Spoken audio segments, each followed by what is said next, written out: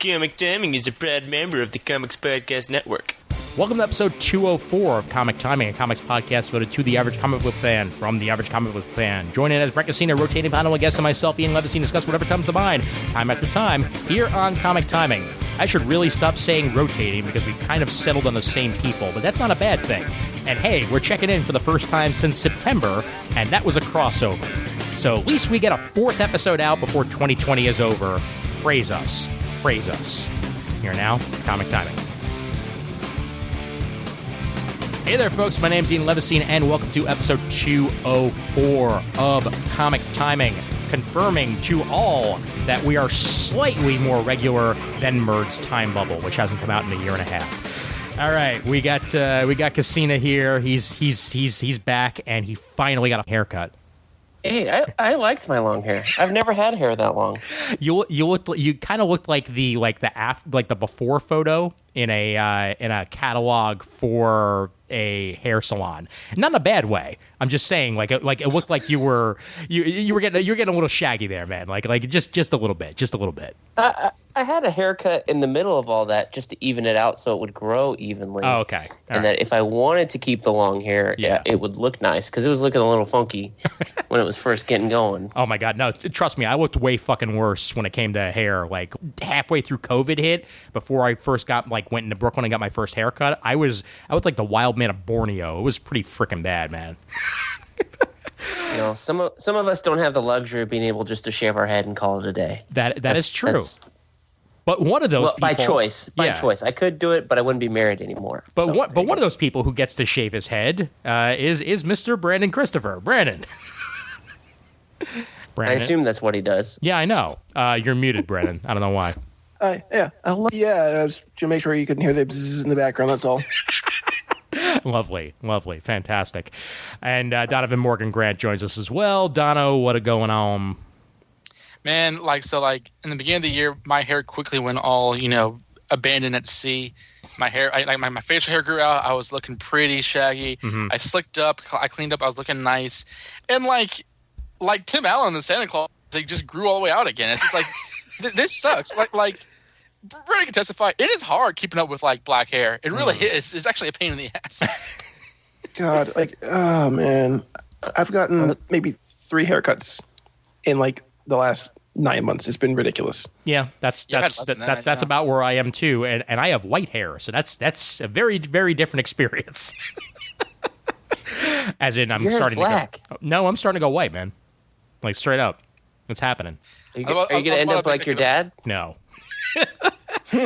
Inside. Doesn't your dad have Jew hair? Isn't that what you call it? Yeah. Inside reference. My father's hair looks like the hair of Christopher Lloyd, and I am not going there. Great Scott! All right.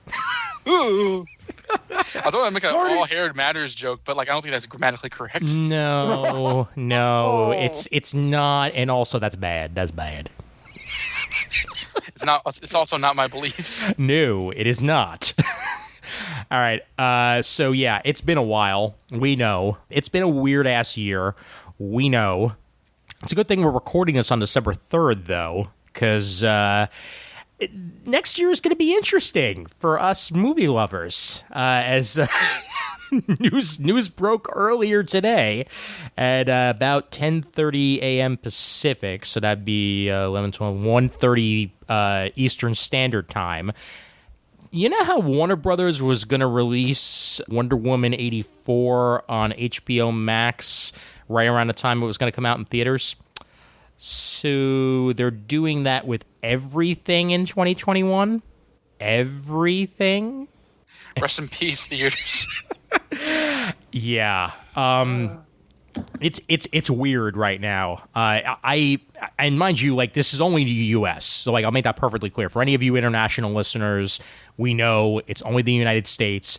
We're talking from a U.S. perspective here because that's all we have on the call. I know that, shit's really different in Europe, especially when it comes to movie rights and where Warner Brothers stuff goes, because there's no HBO Max. I think there's an HBO Europe or something like that, but I don't even know if they have a streaming service. And they haven't said anything about that going day and date. They're going to release that in theaters probably a few weeks before things get released here in America, just to try to beat the pirators. But yeah, I agree, Donovan. The theater industry's fucked. Yeah, I was having kind of a lazy day today. I was off, and like I wasn't checking my phones, and like my friend Josh messaged me, and he I think he pretty much said that, and I saw like, wait a minute, all these movies at the same time? Because Wonder Woman was announced like theater and HBO Max, I guess like a month ago. Yeah. Which was interesting to say the least, but now it's just like, all right. I mean, this, you know. We are only 20 years into the new millennium. Is this now the way of things? Is this like our theaters? I don't think last year we imagined that they might go the way of the drive-in theaters or drive-in movie viewing. So or that drive-in theaters might be the only way you see movies. Oh yeah, 6 feet apart. Yeah, right. Because I mean, like they've taken a major resurgence in areas that actually have the space for it. Not the Bronx or not New York City in general, for the most part, outside of like random spots here or there. But like, you know, in the middle of nowhere where you have open fields, you can probably set up a decent size screen and, you know, start yourself up a drive-in theater without any problems. But what are you going to show? Number one, at least right now, and number two, are those the only things that are really going to be showing these movies next year? If things continue the way they're continuing, that's the question. Yeah, I got a couple. So I didn't. I have a couple questions. Like the first question, I'll just say right now, I did not. Did anybody go out and see Tenet? No, I didn't. No, Brent, I assume you didn't either. Yeah. Nope. Yeah, because I heard that was a big detriment. So like pros, cons. I mean, is like are like, you know, squeaky voice teens now permanently out of a job?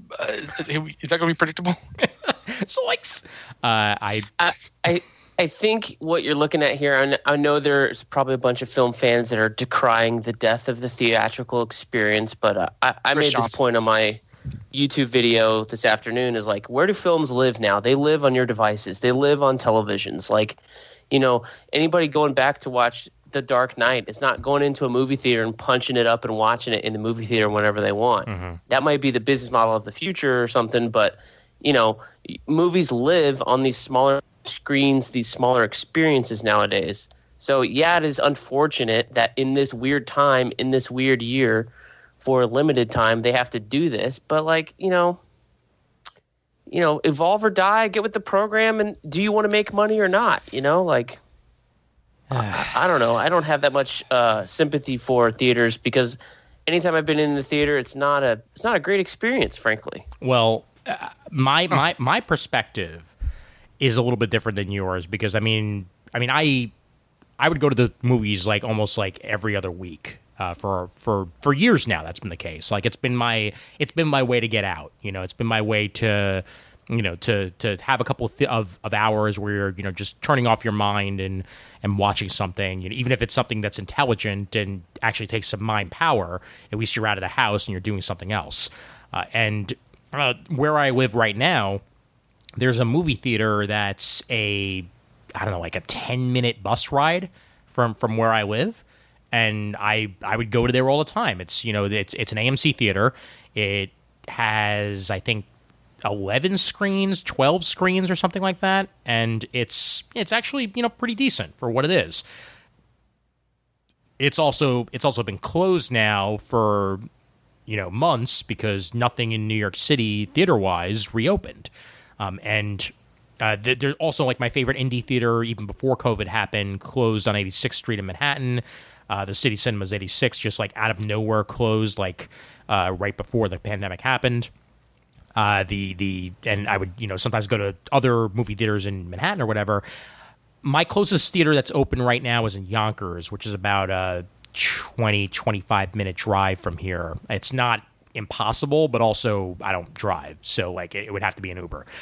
And I don't see myself going to the theater anytime soon because of the virus, because frankly, like, I don't care how clean you make that place, one asshole ruins the bunch. And, you know, that's all it takes. You know, somebody who has a cough, who hasn't been checking it, even if they're wearing a mask, you know, could very well wind up spreading it, and that's going to be an issue. But I still love the theater, and I love the theater experience. I love seeing it in a crowd. And I love experiencing movies, you know, with more than just myself and my girlfriend and, you know, maybe like one or two friends. And it sucks to have this taken away from you like this. I mean, it's not taken away from you. It's like, it's just an unfortunate thing that's happening to everyone in the world. And then it's an unfortunate that business have to make these decisions because frankly, the federal government hasn't stepped in to support anybody other than large corporations and stuff like that. So they're not supporting movie theaters to keep them open. They're not supporting the individual people who, you know, were working, a shift job or a day laborer thing or anything that, you know, you can't be a server if there's no restaurants open or anything like that. It all stems from that. So I agree with you. I like I would prefer to watch comedies with people that are laughing along with me. Right. But, you know, it's just an unfortunate thing. And if the movie industry is going to stay alive, I mean, I think Netflix and the television series and stuff, they figured out a way to film now. Everybody seems like they're up and running and filming again, you know, in spurts. But you still have to find a way to distribute it if you're going to make money on this content. So if the theaters aren't open, if they can't get their act together, and frankly, if the U.S. population is not mature enough to wear a mask and get this thing nipped in the bud and tamp it down, I don't see what choice they were left with. And I get that, and I completely understand that, and I'm with you on that they were left without a choice. I mean, I essentially said as much on Facebook as well, that, you know, like, there really were no options here. But I've also seen some people being almost like praising the fact that theaters are gone in this scenario, that they're, you know, that they, oh, well, you know, I mean, now I don't even have to leave the house. And again, that's not me. Like, I will miss the experience of this. I know there's literally nothing we can do about it right now because of the state the world is in. I do hope they come back in one way or another. And Brandon, I mean, I'll broach that to you because, I mean, you know, we've gone to movies together, you know, and I know that you do enjoy the movie experience. I mean, where do you see theaters going after this, man? Like, I mean, like, do you see this being the norm even after we get ourselves out of this shit, or is there going to be something else they can do? Even as much as I love the theater experience and I love going to the theater, I think that in a post-COVID world, this is probably the best option, and B, it's honestly taking advantage of two things at one time. Number one is taking advantage of, you know, a lot of people don't have the ability to go to a theater. You know, it's harder to go to a theater if you have kids. I did raise my niece and nephew, and it was a pain in the ass taking those two to a theater because first off, you got to get everything. You got to find a time which is good for them, which is not too early, not too late. You got to pack up everything. You got to get there enough time to get decent seating. Make sure they have their snacks, things that'll keep them quiet, and then you have to, you know, make sure that they're entertained through the entire film. You make sure that, you know, bathroom breaks, all that stuff. It's a hassle, honestly. And number two, you're still going to get those box office receipts from it also. That's the big thing. I mean, it's looking at augmentation of their money, looking at keeping a way to keep the box office intact, which is where they make their big money, and then get the gravy from on top from people who want to stay home and watch it. I mean, streaming numbers aside, I think it's actually equitable and also profitable approach to looking at this. It's the best of both worlds, honestly, and I think post-COVID now, like, not a lot of people are going to be taking those chances. Mm-hmm. Yeah, I mean, it's certainly going to take a bit to rebound. I'll give you that. And I mean, I know that, like, until there's a vaccine readily available for the large populace, like, rather than like a couple of 100,000 that we're talking when this thing is going to launch, like, I'm certainly still going to be keeping, you know, myself safe and not really venturing out there, you know, too much. And I, you know, exactly. Certainly being in a large ass theater with a whole bunch of other people, like, that's dangerous. And even if they do have, you know, conditions in there where they're cleaning and they're doing all that jazz, like, yeah, people are going to take off their masks every time they eat popcorn. Like, it's going to happen. which sucks too, because like, what's my favorite movie theater that I mention all the damn time? Alamo Drafthouse. You know, they're shit out of luck right now because like, what's their bread? What's their bread and butter? They serve food and beer and alcohol. Yep. Yeah, and that ain't happening anytime soon. Yeah. Even if they do put conditions intact that they're like, okay, well, we're going to reopen and we're going to do this, that, and that. Like, okay, great, you're going to have 5 people in the freaking theater. Like, it's not a rebound that's going to happen immediately. And no. I don't know. I just don't know how theaters are going to remain. Look, the theaters are not going to go anywhere. Honestly, the studios won't allow it, and the theater chains themselves won't allow it either. They're not going to go anywhere. If anything, this is going to change the model to making every movie a blockbuster, or making your big blockbusters, your summer temples, count even more. Honestly. Piggybacking off what I read earlier, like Julian Lytle, I even said this last year, like the theater model is changing to be paying more money to see summer films. Honestly, that's where you're going to be spending most of your money. So it's like a concert for the most part. How much do you pay for a ticket? How much do you pay for a ticket for a concert? $50, $75, $100, $150, right? Yeah. Depending on what you go, because you go for the experience of the concert. It's going to be the same thing with movies now. You're going for the experience of a movie. You're going to pay a lot more money probably. You're going to have the actual ambiance sitting in the theater, and you're going to see a summer blockbuster. I think that's probably what this is going to help push that model, I think, unfortunately. Say Endgame came out during the pandemic. What do you think would happen? Well, here's what would happen. If they did the whole, like, it's going to be released on this day, it would just be kind of what things are now in terms of television, where like it would be an online internet communal experience where Twitter would all be about it, and there would be like live reactions and YouTube reactions and streaming and Twitch streaming discussions about it, and it would be kind of like this sort of virtual thing where no, we're not in the theater experiencing it, but we are still, even in vaster swaths of people rather than just pockets of a theater, kind of like, turning it into the cultural thing through, kind of like separate but equal, quote unquote, like kind of like, viewing. I think that's what it's going to end up being. Movies are going to end up being kind of like a people reacting to like American Crime Story or American Idol, or like the kind of, not binge shows, but like big shows that people watch a lot. People make a point to watch live and then kind of tweet about it. So here's the question. When we do return, since Brandon alluded to this, and I'll just, outright say it. Do you think theaters are going to have a tiered system? Do you think it's going to be something akin to, say, like the lesser movies you'll be able to get into for $5, but the big blockbusters you're going to have to pay $25 for? Ooh, that's a good point. I don't know. I'm not considered that. Yeah, because I think that might be one of the best ways to recoup your losses. To get people into the theater for the cheapies. Because, I mean, frankly, like, I myself, like, when did I go to movies the most? On Tuesdays when AMC was offering $5 Tuesdays.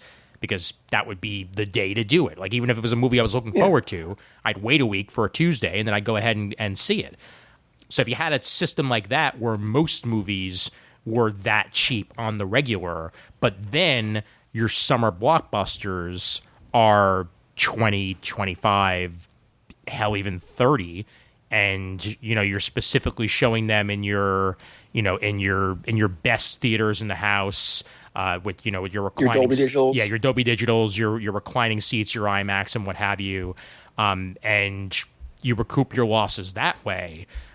That may be the best way to do it. I don't know if it's viable, or I don't know if people will pay that amount of money, but it may be where we wind up going. Yeah, I mean, honestly, like this is I could see this being a good way for movie companies to dump off like those, those contract films, or like those films they don't really have a lot of confidence in, like your New Mutants. Just dump them off into like your $5 to $10 to $15 tier for a regular movie, and then keep pumping out like your Fast and Furiouses, or like your Marvel movies into like your higher echelon tiers. Yeah, I could see that happening. Yeah. And by the way, I don't care if it's out on digital. I still don't believe New Mutants exists. I still think it's a fever dream, and it's like one of those like placeholder names for movies that movie studios use. Like, it can't possibly be real. I'm sorry. It just can't. It's just like Venom. Exactly. There are so many movies I that liked Venom. I didn't mind Venom too, but like I didn't believe that was a thing until I actually sat down and watched it. But like, there were movies that we had trailers for that I had forgotten what's coming out. Do you remember like the sequel to like Top Gun? Yeah. I completely forgot about that. I was in San Diego. To which one? Top Gun. Top Gun has a sequel. Oh, God. Maverick, I think. Oh, that's right. Yeah. Oh my God. Yeah. I was in San Diego for my cousin's wedding when they were filming that movie, because I remember the cabbie that was driving us, I think to the airport, if I remember correctly, was mentioning that a whole bunch of streets were shut down for the filming of that, and that was 2 years ago. And I remember the first trailer for it came out shortly thereafter.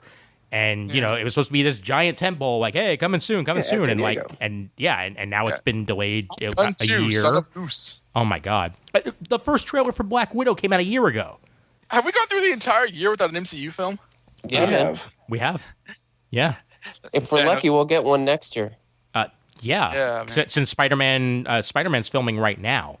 And I mean, they start production, yeah. Yeah. Well, we still got Shang-Chi is done. Mm-hmm. Eternals is wrapped. Yeah. What else? Black Widow is wrapped. The other thing you got to talk about with HBO is that done. This HBO thing is a battle for subscribers. Oh, this is from Warner Media. This isn't from Warner Brothers trying to stay alive. This is Warner Media wanting HBO Max to gain subscribers. The thing that I found astonishing is that there's so many people that have AT&T Uverse or phones, and HBO Max is included with their regular bill, just like mine is. I have internet from AT&T. Right. And so I have HBO Max, and I activated the free membership, so to speak, because it's like, no, duh. But there's many people that haven't done that yet. I get HBO Max. Yeah. There's many people that haven't done that yet when it's part of the free deals, and they're also trying to get people to sign up for it. You know, people like Donovan and Ian who maybe don't have a free deal, because, this is going to go, well, if you want to watch it, there you go, $15 a month. Like a new movie every 3 weeks or something like that. I think it works out too, between all of the films, maybe not all the ones you want to see. Yeah. Well, but I mean, Black Jesus, or what is it? The Judas and the Black Messiah, about the Fred Hampton, the Black Panther leader that got murdered by the cops and stuff. That looks fantastic. And that's coming. Yeah. Well, first off, outside of just the genre stuff, like, this is what it's about. It's about them gaining numbers on Disney Plus and Netflix and standing on their own. That's what it's about. Well, it's a prime example of, hey, we can do two birds with one stone, and increase our subscriptions and look good for the shareholders in that way. I mean, first off, I do have HBO Max for free. My mom has FiOS. I borrow her login, and I have HBO Max. So there we go. My problem, however, is that I just got a new TV. I got a Vizio 55-inch OLED. It's gorgeous, but it doesn't have a built-in HBO Max app. I can AirPlay to it, or even Chromecast to it, because it has both Android casting and Apple casting built into it, which is fine. It gets the job done, but it's an extra step. It's a pain in the ass. I also have a Roku soundbar. Yeah, still no HBO Max. Yeah, because they haven't made the deal with Roku yet. I did the AirPlay with my Roku TV in my bedroom the other night, and it works. Yeah, now, I have a Samsung TV upstairs and a Xbox that has the Max app, so I'll watch it through there on the 4K. Yeah. Anything that I really want to watch. Can we also mention that PlayStation 5 doesn't have an HBO Max app yet? Yeah, PlayStation needs to get their shit together. Yeah. Yeah. I've been using my friend's HBO Max password on my PS4. Yes, exactly. PS4 has HBO Max. PS5 does not. Yep, I don't understand. So Xbox for the Series X basically said, all right, we're gonna port everything over. They didn't change their interface or anything like that.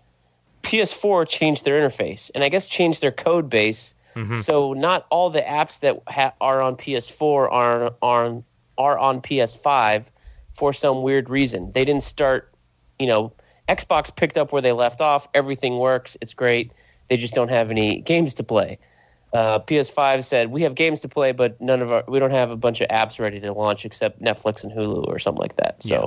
Well, and that may also, whether or not they've said it or not, it may also have to do with revenue sharing, as I know that's been one of the stumbling blocks with Roku, is that Roku is looking to try to get some money off of people who have the HBO Max app on their platform, and possibly even have HBO Max as a channel on Roku. I know that they finally made a deal with Amazon because it wasn't on a Fire Stick for the longest time, but they also, they had to make a deal with revenue sharing there. And that could potentially be a stumbling block between Sony and Warner Brothers, because, obviously Sony and Warner Brothers, they're not friends.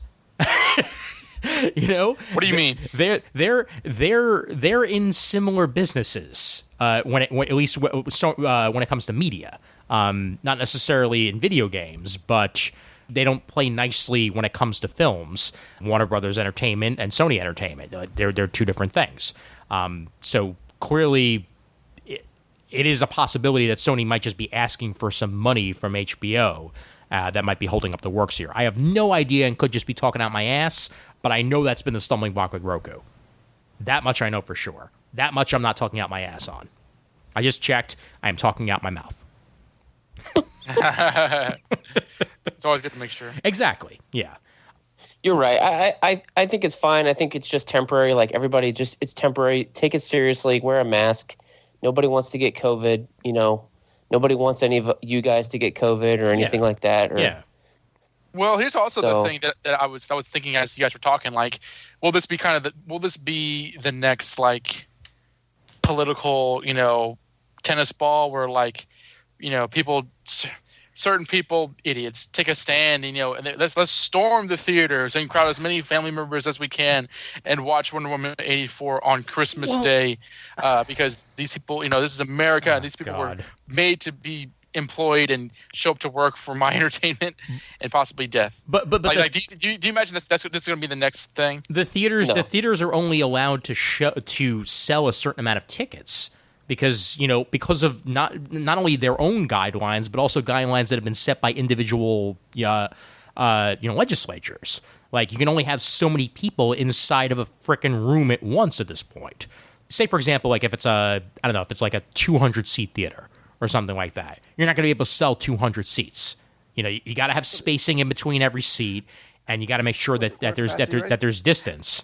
I guarantee you, someone's going to find a way to protest and crowd that place. I'm sure they are, and they probably live in Staten Island. Like I'm sure that's going to wind up happening even in my own neck of the woods. But at the same time, you're going to be fucking over the theater in the process. Like the theater doesn't want to deal with the fines when that happens. It's a double-edged sword, and it's stupid. You want to go to the theater, be my guest at this point. If your theaters are open and you want to go see Wonder Woman, go ahead. Go to the damn theater. There's going to be social distancing, whether you like it or not. And if you're not, you're going to get kicked out of the damn theater. And you want to wind up on CNN because of it, then that's your own issue. But you're basically going to be fucking over the theater in the process, because they're the ones that are going to wind up suffering on this, and you're probably going to wind up getting more theaters shut down. I've seen so much stupid shit in the last month or two that, to me, I feel that I'm not even crystal balling it. It's like, when will this be the next thing that people will scream on? Sure. Yeah. Oh God, that reminds me. Back in, I want to say July or August, there was a gym in South Jersey which was openly protesting the whole thing. I'm like, just work outside. Work out outside. Yeah. That's what they're asking for you. Just do it. But it's our God-given right to practice inside. I'm like, it's fucking July. Just work out outside. It's not that bad in New Jersey. Shut the fuck up and just do it. Yeah. Well, there was a freaking restaurant in Staten Island this last week that called themselves a quote-unquote safe zone. An autonomous zone for COVID-19 restrictions. Like, they're like, well, we're going to do whatever we want on this, and you can't stop us.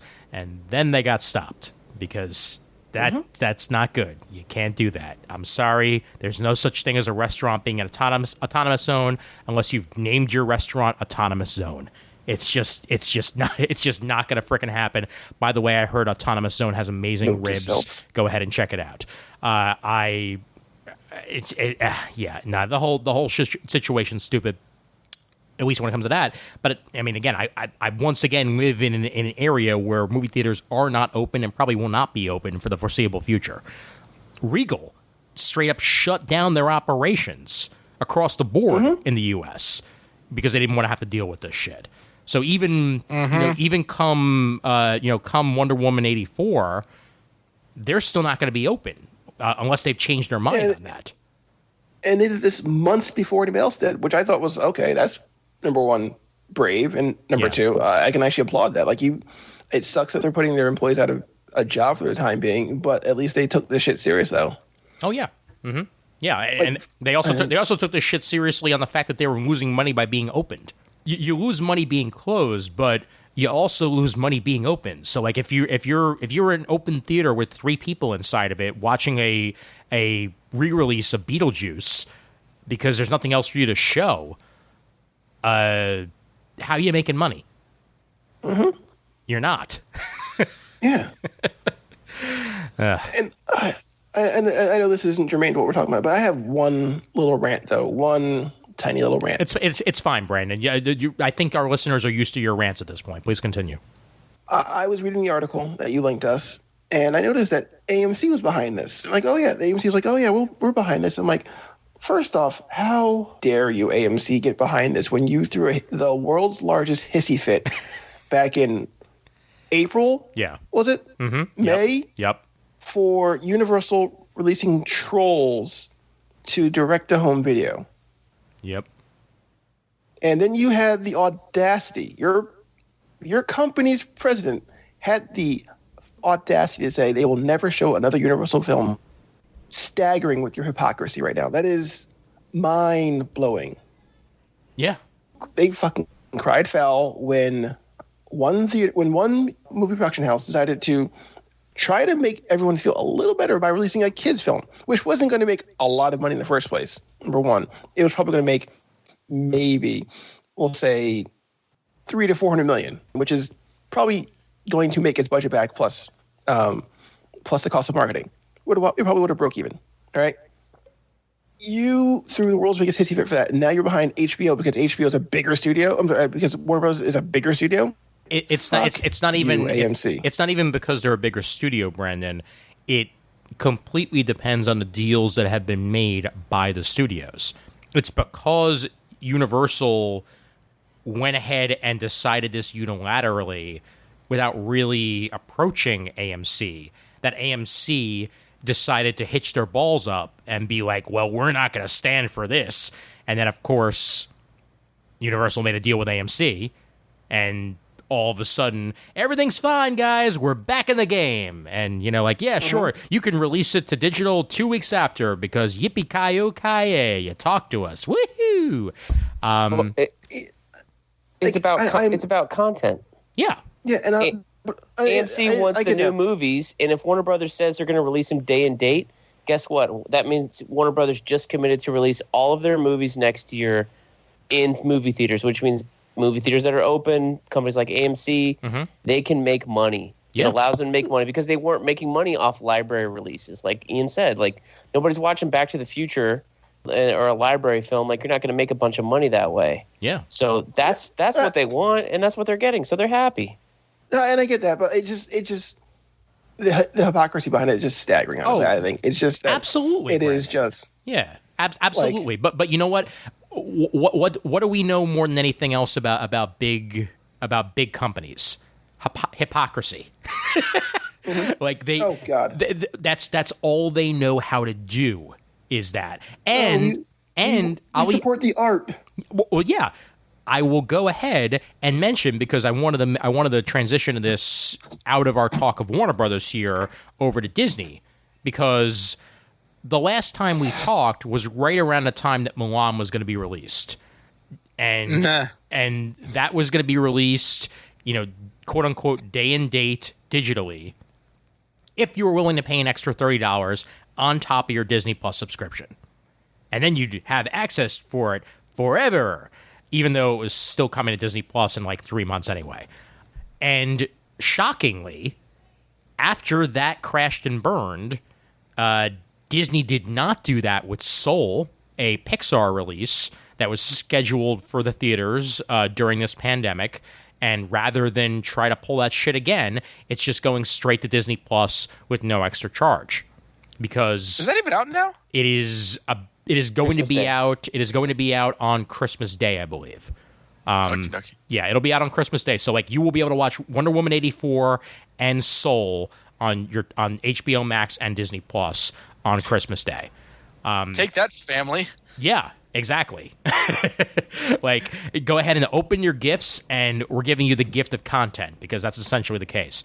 I officially call Mulan a failed experiment, and I'm sure Disney does as well. And that's hypocrisy right there, because we have no other way of supporting this release other than to charge $30 for you guys to watch it day of. And when it comes to Soul, just go ahead and watch it.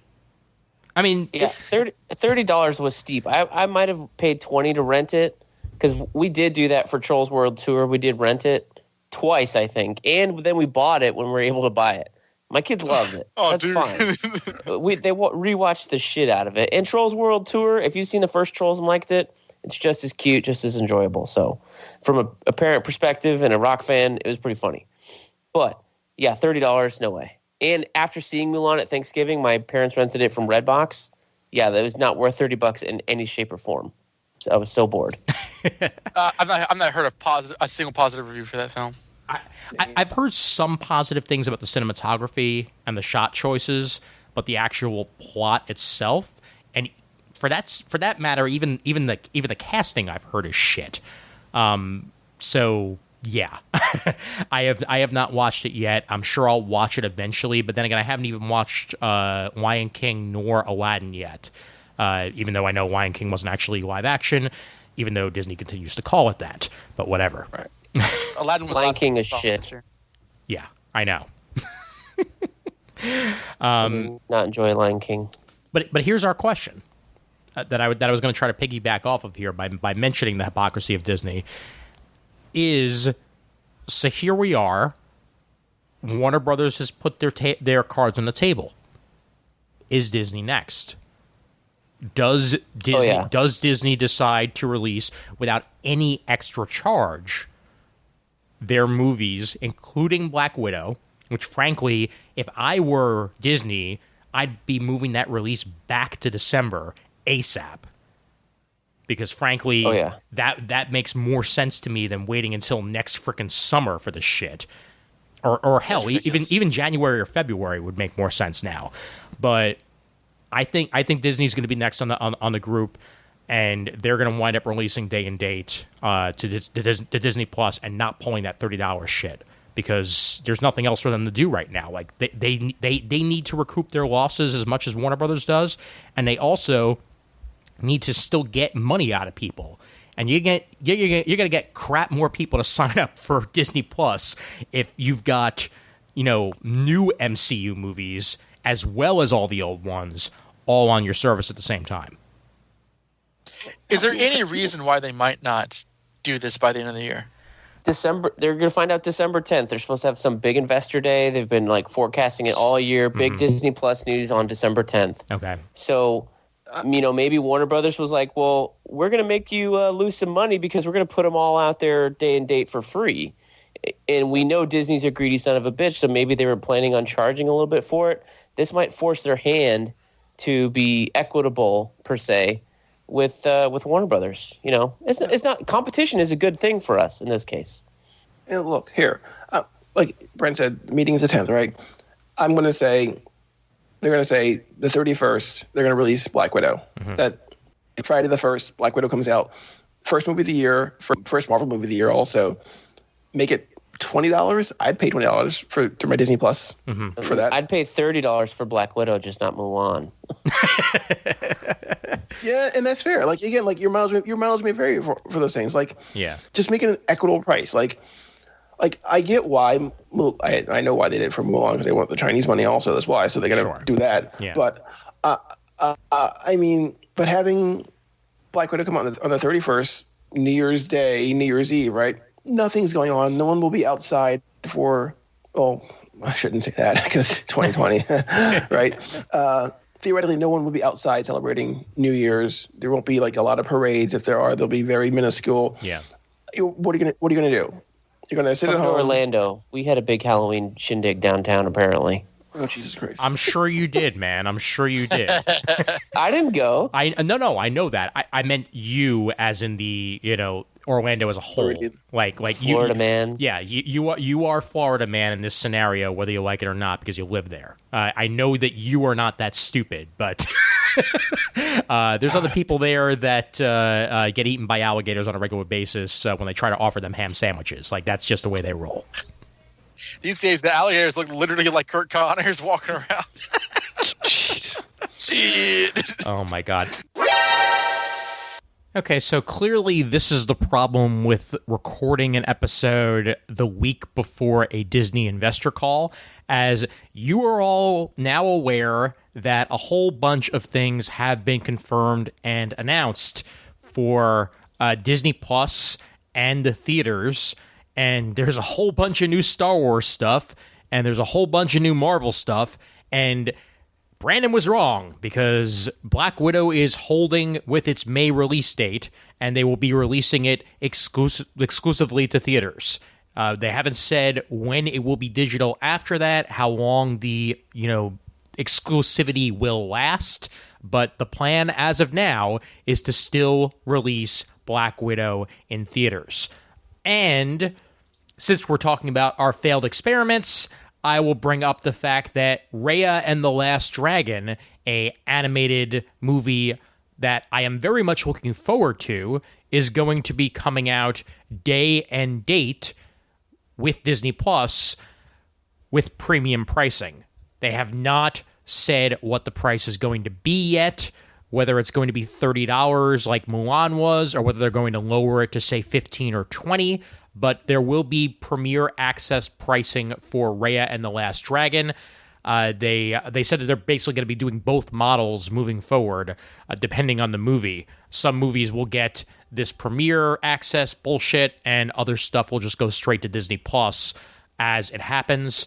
But yes, specifically when it comes to Black Widow, it is remaining with its May release date. It will come out in theaters. It is not coming out on January 1st like Brandon hypothesized. We are not that lucky. Oh, by the way, they're making a Fantastic Four movie. Gotta throw that one out there. I'm going to talk a lot more about this stuff on a upcoming episode of Comic Geek Speak, and we'll definitely be touching on this on our next Comic Timing release, whenever that will be. But I just wanted to make sure that we insert this into this episode, since, again, we recorded this a week ago, and times have very much changed since that record date. We will now return to our mostly outdated thoughts already in progress. Brandon, they better not be asking for more money on top of their release, because we're chomping at the bit for an MCU movie now. Because I remember saying on this show, and Brent, you may have even backed me up on this as well, after Endgame, that a break is kind of what we need for the MCU. We got one. Yeah, exactly. Like, what cost, man? Sure. This is the cost that I wanted, Donovan. Cost us everything. Exactly. Like, I haven't left my home in weeks, but at least we get to have anticipation for an MCU release. Huzzah! It just happened to turn out this way, though, that like my anticipation for new MCU stuff is higher now than it would have been had I gotten Black Widow earlier this year. Because like, yeah. I wanted to see it. I was interested in it, but I wasn't nearly as interested in it as I am at this very moment, where I just want to see some new shit. So yeah. Why is that? Is it just purely out of the regulatory like schedule of these things coming every 3 months that's knocked out of the whack that you want to see, or is there any intrinsic reason to the film itself? Okay. I want to see it because I want Falcon and Winter Soldier to come out. Yes. And apparently, blonde Black Widow Yelena Belova's in that series. Yeah. Oh, really? Therefore, it stands to reason that one could conjecture that that's why that got pushed also. Not just because they couldn't film, but also they have to wait for Black Widow to come out before they have that series come out on Disney Plus because that same character's in it. Yes. Because originally, remember, we were supposed to get Black Widow in May, and then Falcon and Winter Soldier was first on the block. Yep. In the fall to be on Disney Plus. And then WandaVision. Exactly. And now WandaVision's going to be number 1. They did officially announce, by the way, I don't know if you guys caught this, you probably did, that WandaVision isn't coming out till 2021. The original scuttlebutt was that it was going to hopefully be out by the end of the year, and it's just not happening. Yeah, this month. Yeah. So it'll be early next year. I'm guessing probably mid-January at the earliest, February at the latest. But yes. Why did they do that? I think they still had to finish filming. They still had to stop for COVID. Yeah. Yeah, I thought they were done. When they were saying it'll be out in December, I thought they were done. I think it was. No, apparently they were not. Yeah, there were some pickup shots, I think, Donovan, and also I think it might have also just been general production delays. With CGI and what have you, since the CGI houses are working from home. And they don't have nearly as many of their giant ass computers to do the work working from home as they would otherwise. So I think that just in general, like almost every single production has been delayed one way or the other. Allow me to play the internet for 1 second. Yeah. Oh, they had to do reshoots. It's gonna be bad. I'm with Brent though that like. I mean, yeah, I was going to see Black Widow just because but I'm kind of more into the shows like Winter Soldier and Falcon and WandaVision, I'm very excited for. Whereas with the films, I think maybe for me personally, I might need a kind of like overarching like phase storyline to kind of carry my interest because I still don't give a shit about Eternals, man. I don't care how sexy Kumail Nanjiani looks. Like I'm really not interested in that. So like that's gonna be much more of a film by film basis for the movie. Rob Stark, man, Rob Stark. My thing about the Eternals is like, the whole thing in general, like. I don't think we need like an overarching story anymore. You can go to any one of these movies and just pop in and just be like, okay, I'm missing some things here. I should probably watch another movie, but the film enough context where I can just boom, boom, boom, boom. I think having individual films overall is a better idea, and I think it's easier to get less fatigue that way because. If they're all independent films and they may like connect, quote unquote, like tangentially here and there, I think you're going to get less fatigue that way because you don't have to worry about the entire saga. Like imagine, like I know people who did this for every Marvel movie. They will watch. Okay, we're gonna like when Avengers came out, when Age of Ultron came out, we're gonna watch every Marvel movie, and then when Infinity War, and then when Endgame got there. When you watched Endgame, it took you 2 to 3 days to watch every Marvel movie back to back to back to back to get to Endgame. And I think having movies now where you can just pick up and watch and enjoy is a lot better because it's a better viewing process. You have less baggage to go into it with. I'd say that we're probably going to get some sort of overarching story, and I think it's going to weave in and out of the movies and the TV, because why else would the TV exist? I think that Netflix. Yeah, exactly. It's all connected. I know, and hey, it's been 2 years. Marvel's got Daredevil back, and they've got Iron Fist back, and they've got Luke Cage back, and they've got Jessica Jones back. They can do whatever the hell they want with those characters now. I'm of the camp that I don't think we're going to see most of those actors back. However, we may see Charlie Cox back.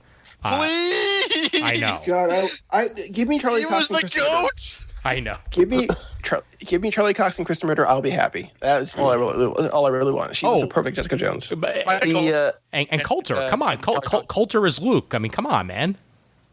I know, but like,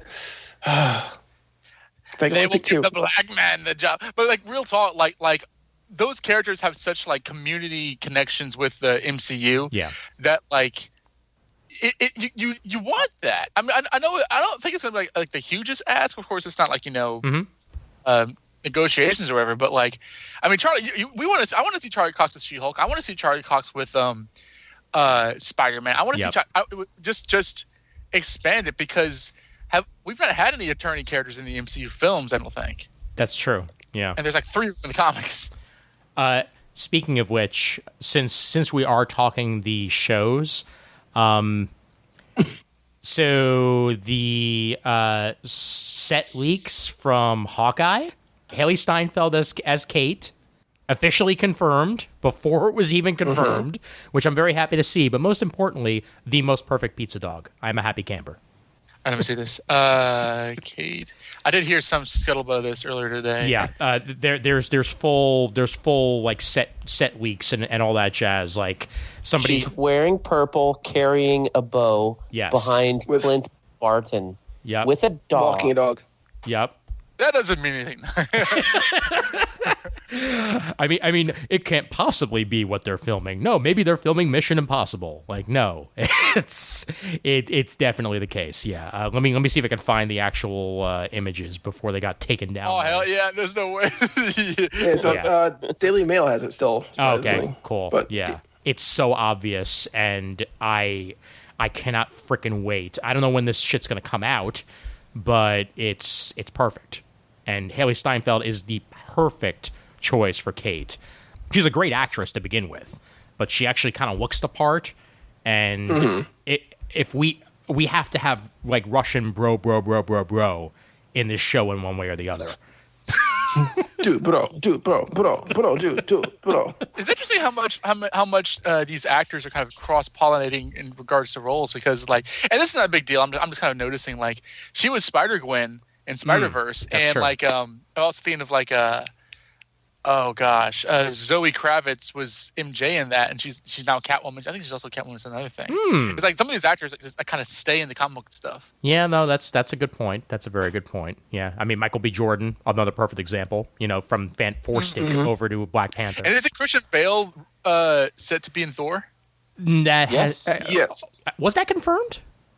I think it was. Yeah. It was confirmed like last year or earlier this year. I don't know. So Bill, which would be amazing. The current scuttlebutt is that what is it? WandaVision's going to bring in the Marvel multiverse or something like that, which feeds into Spider-Man 3 apparently, and then Doctor Strange 2 cleans it all up. Okay. Because that's called Multiverse of Madness. Spider-Man's not coming out before Doctor Strange. Spider-Man's not even in this phase, right? No, it is. It is. They're filming it now. It's coming out before Doctor Strange. Like cameras are rolling on Spider-Man, and Benedict Cumberbatch is in Spider-Man as Doctor Strange. Yes.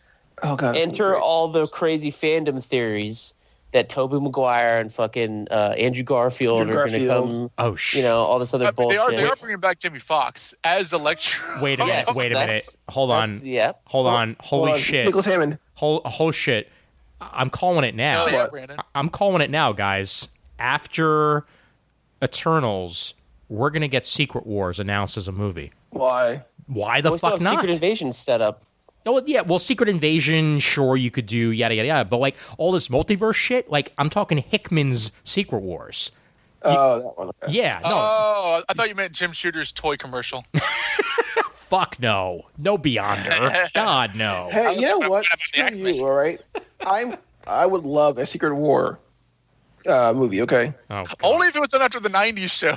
Yeah, only if we somehow got John Travolta in a leisure suit playing the Beyonder. I think that would work great. Oh my goodness. No, that'd be interesting. Well, I mean, like, I think the multiverse is not like this idea of like, you know, them doing a Spider-Verse kind of thing really is not stupid. Especially with like naming the Doctor Strange sequel Multiverse and also Jamie Foxx explicitly coming back as Electro. Like, you got to wonder what the hell. I mean, are they just like doing?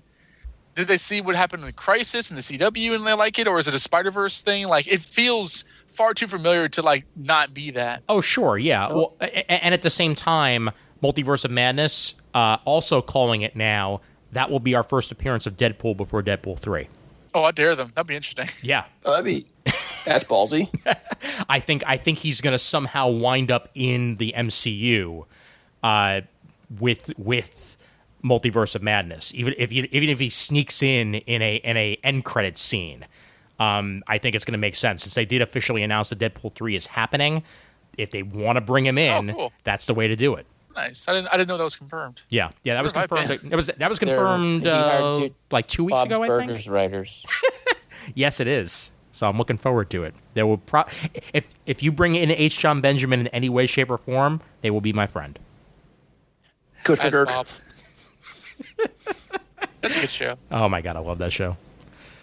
But going back to what Brent said, I think it would make more sense to do Secret Invasion than Secret War right now, because you have that big, huge fucking cliffhanger from Ms. Marvel, right? Never got paid off, and like you're just right now like that. With the second I saw Sword or whatever it was out in space with Nick Fury and the scrolls, I'm thinking, okay, yes, give me Secret Invasion. I'm ready for that. Just give it to me. Yeah. Yeah, no, I mean, I'd be fine either way. It's just when I hear multiverse, that's where my brain went. And you know, even if you found a way to combine the two one way or the other, because I mean, I know a lot of shit from Secret Wars was already in Endgame, especially using you know, some of the characters that were associated with that. So yeah, I would be all right with it one way or the other. Yeah, yeah.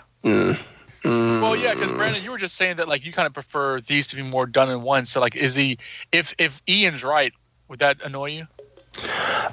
Not as much. No, I mean like I would expect it, but I would prefer like I prefer individual stories. But if they do give me overarching, it makes sense. That's their formula. That's what they do. So like, it would be disappointed, but not unexpected. The other question I have is, do you think Kamala Khan is going to show up before she shows up in her Disney Plus series? Do you think she'll show up in one of the other series first, or if they're just going to you know, lay her out there and build her story up from ground up? They might just do her show first, so she's not like I suppose it depends. I figure how much they invest in her as a character, or if she is going to be trying to plus Brie Larson's cachet in the franchise. Good point. I think a show first works better since Kamala is such a great POV character.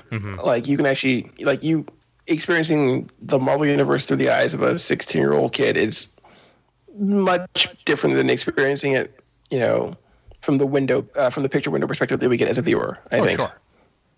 Yeah, no, definitely. That's a very good point, and it's why I'm glad that they announced the TV show in the first place, because you know she's perfect for it. Yeah, perfect. Like she's like that's why they had her as a main character in the Avengers game. Even though the game's I hear it's the only good part of that game. the game's not great, but yeah. Word on the street. Like having a fresh perspective on the characters like that, like, you know, where they're, I don't want to say like iconic because it's kind of like DC's things, but where they're like, they're these known characters. You're having a perspective of like a 16-year-old girl interacting with them. I think it kind of brings a little bit of a fresh face to it and a little bit of a fresh voice. Yeah. I was worried because she looked awfully young, but I understand that she's like 18. Or she's still awfully young, but like I mean that's good for her because Mala is like 16, 15. 30-year-old actors play 16-year-olds all the time. She's not 30, but like I mean like, you know, she's like I was worried that like this would be like a kind of like how the actress who played Cassandra Cain in Birds of Prey was like stupidly young. Needlessly young, and so was victim to a lot of people like me harassing her. I didn't harass her for like comic inaccuracy. I was like, I always kind of fret when I see like very vulnerable young people, kind of thrown into geek pop culture like that, because you just know that you cannot trust the internet or fandom to like understand the context of what that is like. Oh, I mean, sure. Look at Allegra, what's her face, who played Molly Hernandez Hayes. I have not yet seen Runaways, although I'd like to because I like the book and I have heard good things. Yeah, like she's young. I don't say younger than the actual character. She's a little older than the actual character, but like it still works though. Oh yeah, and I mean, as long as the actor looks young, like as long as we don't have a 90210 scenario where we've got 29-year-olds playing 16, then you're golden. You know, like I mean, that's really all you need. Like 18 playing 16, or hell, even 15. Like that's more than doable, and you can barely tell the difference at the time. Yeah, that's why Tom Holland does work, because like I think he was like between 20 and 22 when he was cast as like, granted, like he's still much older than Peter, but like he doesn't. You don't think that he's way too old, right? Although I love the people saying he's way too young to play Nathan Drake. Well, he does look a lot more mature these days. Yeah, I know. Yeah. All right. Look, we don't need another Colton Haynes, with cheekbones that look like they can cut steel playing a 12-year-old again. So we're good there. He was 12 in there. You know what I mean? He was like 18. I'm like, you're not 18, bro. Well, there's still one person who will forever look like a teenager. Doesn't matter how freaking old he is. And that's God, I can't think of his name now. All of a sudden, he was recently in the King's Gambit, but he was in the Maze Runner series as well. Dylan, what's his name? Crap! The redhead kid. The redhead kid. He was in Game of Thrones. Oh, I know you're talking about the guy from the Doctor Who two-parter. Yes. Yeah, I was actually looking him up today. Yeah, he always looks like he's 10. What the hell is his name? Hold on. Let me look up Queen's Gambit real quick. Yeah, I'm on my way too. I know exactly. What you're talking about. Is this the guy that was also in Game of Thrones? Yeah, Thomas Brody Sanger. Mm-hmm. He will always look young, no matter what. Like it just happens. Yeah, poor guy. He's only a year younger than I am. Yeah, I know, and he's been playing teenagers like forever. He can play Maisie Williams' character from like that season Doctor Who, like just never aging. Oh my god. All right. Also, oddly enough, tangent real quick. Bianca Lawson hasn't aged in like 30 years. Her too. Where do I know that name from? I'm trying to remember. She played Kendra on Buffy the Vampire Slayer. Oh shit! Yes. She was in the Snoop Dogg classic horror film Bones. Oh my god. and yes, now looking at her, you are right. Yes, she has not aged at all. How the hell is she? How the hell is she 41? That's crazy. Black do not crack. That is That's all true. I'm gonna say. That is very true. And now we transition over to comic books. Remember them? Yeah. We are a comic book show. We don't just talk media. So, Future State. Oh, yeah. I need to mention it at least a little bit on this show. I've talked about it elsewhere. I need to bring it up here. So this is clearly what 5G became. First off, I'm glad it's not called 5G because, we don't need people making jokes about it causing the coronavirus. But at the same time... Damn it, Didio. Yeah, I know. At the same time, though, it's clearly no longer the big-ass change that it was going to be. You could call it a stopgap event. You could call it, a way to move things forward while at the same time continuing to have your norm, whatever. It's not going to be forever change like it was originally intended. I personally believe that's a good thing. I think you can do plenty with this event as is, keep some characters around if you really want to, and keep moving forward after that. But I think it was way too soon for DC to have a sweeping change like this again after the failure that was a New 52. Thank you for calling it a failure. Yeah, no, I think it's fine because, I'll continue. It doesn't seem like it's a continuity mess up. It just seems like it's a weird story that'll be in and out, and also it feels like they're tracking a lot of the characters. It's not like people are just like going away and like we're getting like Dick Grayson, Robin again, or anything like that. It's just a weird story. So like, it's interesting, but I'm not freaking out about it. Yeah, I thought it was weird that they made such a big deal about the next Batman being black, and then you read the solicitations, and it's like, not only is there a black Batman, but Bruce Wayne's still around. I'm like, what the? Don't why? worry. Please don't tomato our offices. Or John Kent's going to be Superman, and then surprise, Superman's also still around. Like, it's Connor. You know what? It's kind of like in the Amalgam universe where they were like, oh yeah, no, there's Darkclaw. Oh, and Bruce Wayne still exists. He's an agent of S.H.I.E.L.D. Like what? Yeah, I know. I have that issue. Yeah. Yeah, I like that they're not just sticking with one specific time frame in Future State, that we are going to get, multiple series in multiple, portions of the future, which is pretty cool. Really looking forward to that, Barbarian-esque Superman story, just because it looks badass and I like it. New Wonder Woman looks interesting. Certainly glad to get Batgirls. Although I'm sure, Donovan, you're not going to be thrilled if it doesn't last. But yeah, boy, I know. But hey, she's there. Okay, she's there, and she's being a Batgirl. Okay, it's as close as we're going to get for now. Just like I'm happy to get my Batgirl back. Because I prefer her as Batgirl over Spoiler. That's just the way I am.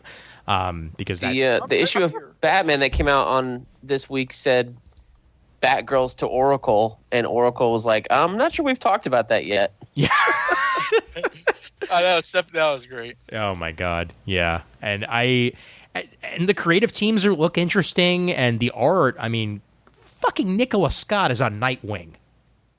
Like with a terrible costume, though. Come on, that design's terrible. It's not. Yeah, you're right, Brent. But we're just not going to say it like Nicola Scott, and we didn't know if she designed it or if she was handed a shitty costume. You know what? Because she's drawing it. It doesn't affect me as a bad costume. It very well might be, because anytime you give Nightwing armor, that always feels really wrong. No, that's true. But it's not bothering me, probably because it is Nicola Scott's art. It looks like the armor from Injustice. I'm about that. Yeah. Well, which is funny because on the Titans cover, I pointed this out on CGS. He's clearly wearing his 90s gold outfit. Yeah, the one that Mirage gave him after she raped him, like that. Yeah, that secondary Nightwing suit. Yeah, I've not seen it in the 90s. Wait, who raped who? What? Mirage. I thought Tarantula was the one that. I'm sorry, Tarantula. Dick Grayson has been raped so many times. What? By women. Oh dear God. Yeah. Someone pretended to be in Starfire, slept with him, and then gave him that costume that he wore for years. Maybe the yellow one. Yeah. Wow. Maybe they changed his name to Rick for a reason. I'll send you an image. It's okay. He's back now to being a dick. But yeah, fine, Brent. The costume's not great. All right, you happy? I'm just saying, it was the worst one that I saw. No, I know. I think Jon Stewart looks pretty stupid, I think. The thing that ruined it, I think, is the chin strap that he's saddled with. It's like, Nightwing doesn't need a chin strap, okay? I don't think I saw Jon Stewart. Nightwing. Let me see if I can find Jon Stewart real quick in Future State. Let's see, Jon Stewart, Future State. Okay, see, the cover that I see, he just kind of looks like Jon Stewart. Does he have a different costume? Because that just looks like his regular Green Lantern costume on the Green Lantern cover. Are we saying the same thing? Because he has like all this like dread ponytail and like he's wearing this jacket and stuff. Maybe it's not maybe it's a different Future State than I'm looking at, because the Future State that I'm looking at has Jon Stewart, Gnort, and Yapuza on it. Kilowog. Yeah, Kilowog. Yeah.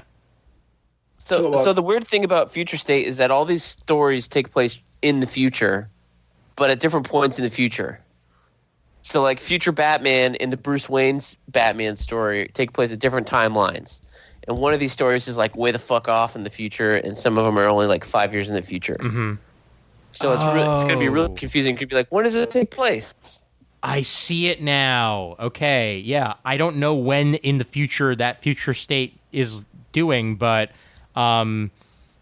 he has a laser sword and a gun, so he kind of just looks like Han Solo with a lightsaber.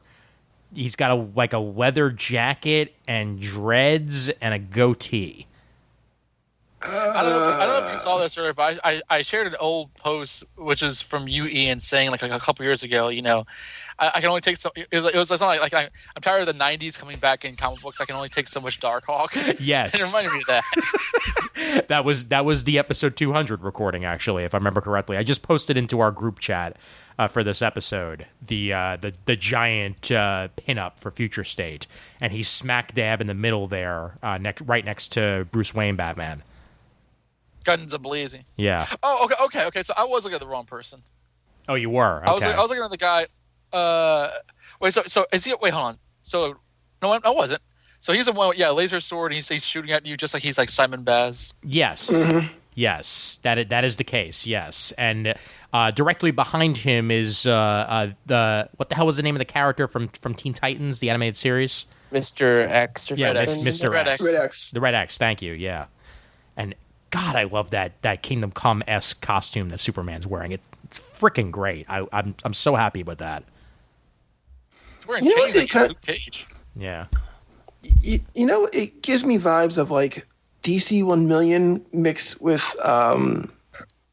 not Elseworlds. What was their other fifth week event? 5 years later. No. God, was it a night with the Batman Beyond thing? Was it that the Flash? Well, no, I was Future's End. Future's End. Future's End. Okay, yeah, I think that might be it. No, not Future. It reminds me of like I guess it was Elseworlds, where like you get like Lois Lane as Green Lantern, the Black Superman. Okay. Oh, what else was it? Leo, what's her face is the Flash. Oh yeah. Okay. There was also there were also a series of annuals. There were also the Kingdom. Thank you. Yeah, that sounds about right. Yeah, the Mark Waid sequel to Kingdom Come, right? Yeah, well, sort of. Yeah, kind of gives you vibes of that also. Like, I don't hate it. Like, it kind of does look interesting, and I will say that's like the first thing from DC and like God Forever that's actually looks interesting from them. Yeah. I will also say give Connor Kent his belt back. I'm sorry. Like I don't know what the hell they're doing with the V shape on the blue and red there on his costume, but it looks weird and it kind of makes him look like he doesn't have a crotch. What is it with Superman and like the crotch area color scheme? Yeah, they can never get right. Thank you. Just leave it alone. Leave it blue. Yeah, that's all you need, or at least again a fucking belt. That's all it needs to round itself out. It just looks like pajamas when it's like just completely mono colored over there. I'd just rather them just have him in his t-shirt, like just have him be like straight up black t-shirt Connor Kent, and I'd be happy. Oh, I'm sorry. I just remember what it was. Tangent Comics. Oh, Tangent! Yeah, you know what? That was in my head, but I didn't say anything. Yes. Oh my god. All right. It's giving me that type of vibes. I'm down with that. Okay. I could see that. Yeah. No, I could definitely see it. Especially the Batman outfit. Actually, the Batman outfit, like very reminiscent to that one with like or actually no, that one's more reminiscent now that I think of it of DC 1 Million with the fully black helmet and what have you. And I gotta say, like I'm traditionally like a shorts guy where like just oh, I look stupid, they have their underwear or whatever. Yeah. But I've always thought if you don't want to do that, kind of just break up the color scheme of gray and black near his legs. Mm-hmm. I think that looks great. If he went on with that like lower body color scheme, that'd be perfect because it wouldn't look like pajamas, and it wouldn't look like people complain it has looked in the last 80 years. Yeah.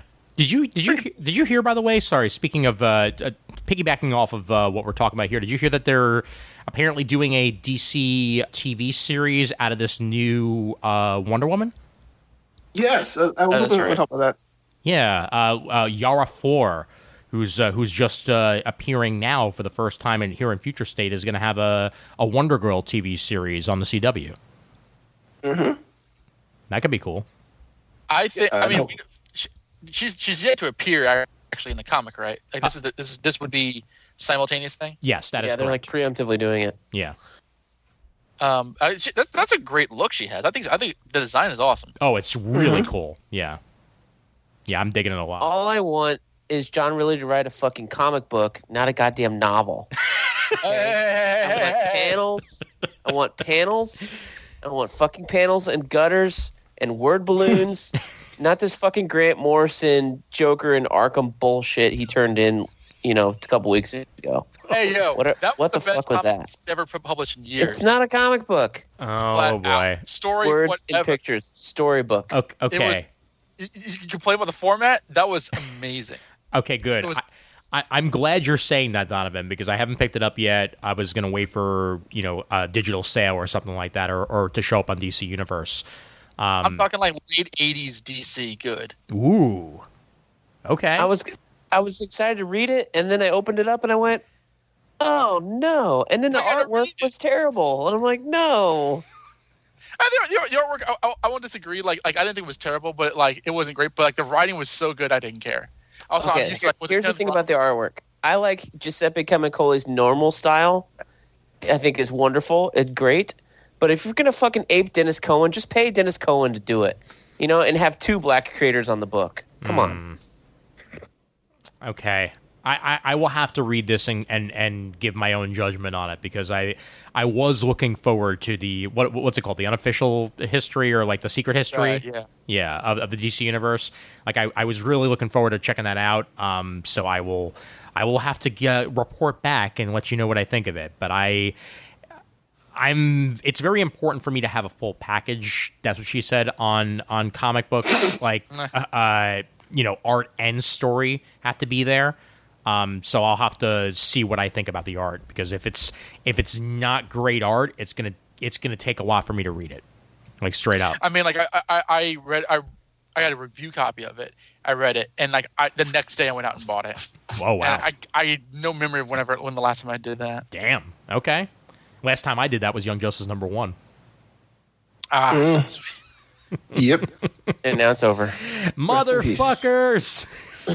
Well, oh god, the book was getting so good too. But hey, fuck you. At least they're still releasing the collection, the yearly collection trades. That's true. They're on year 5 or something. Yeah. They're almost to the end.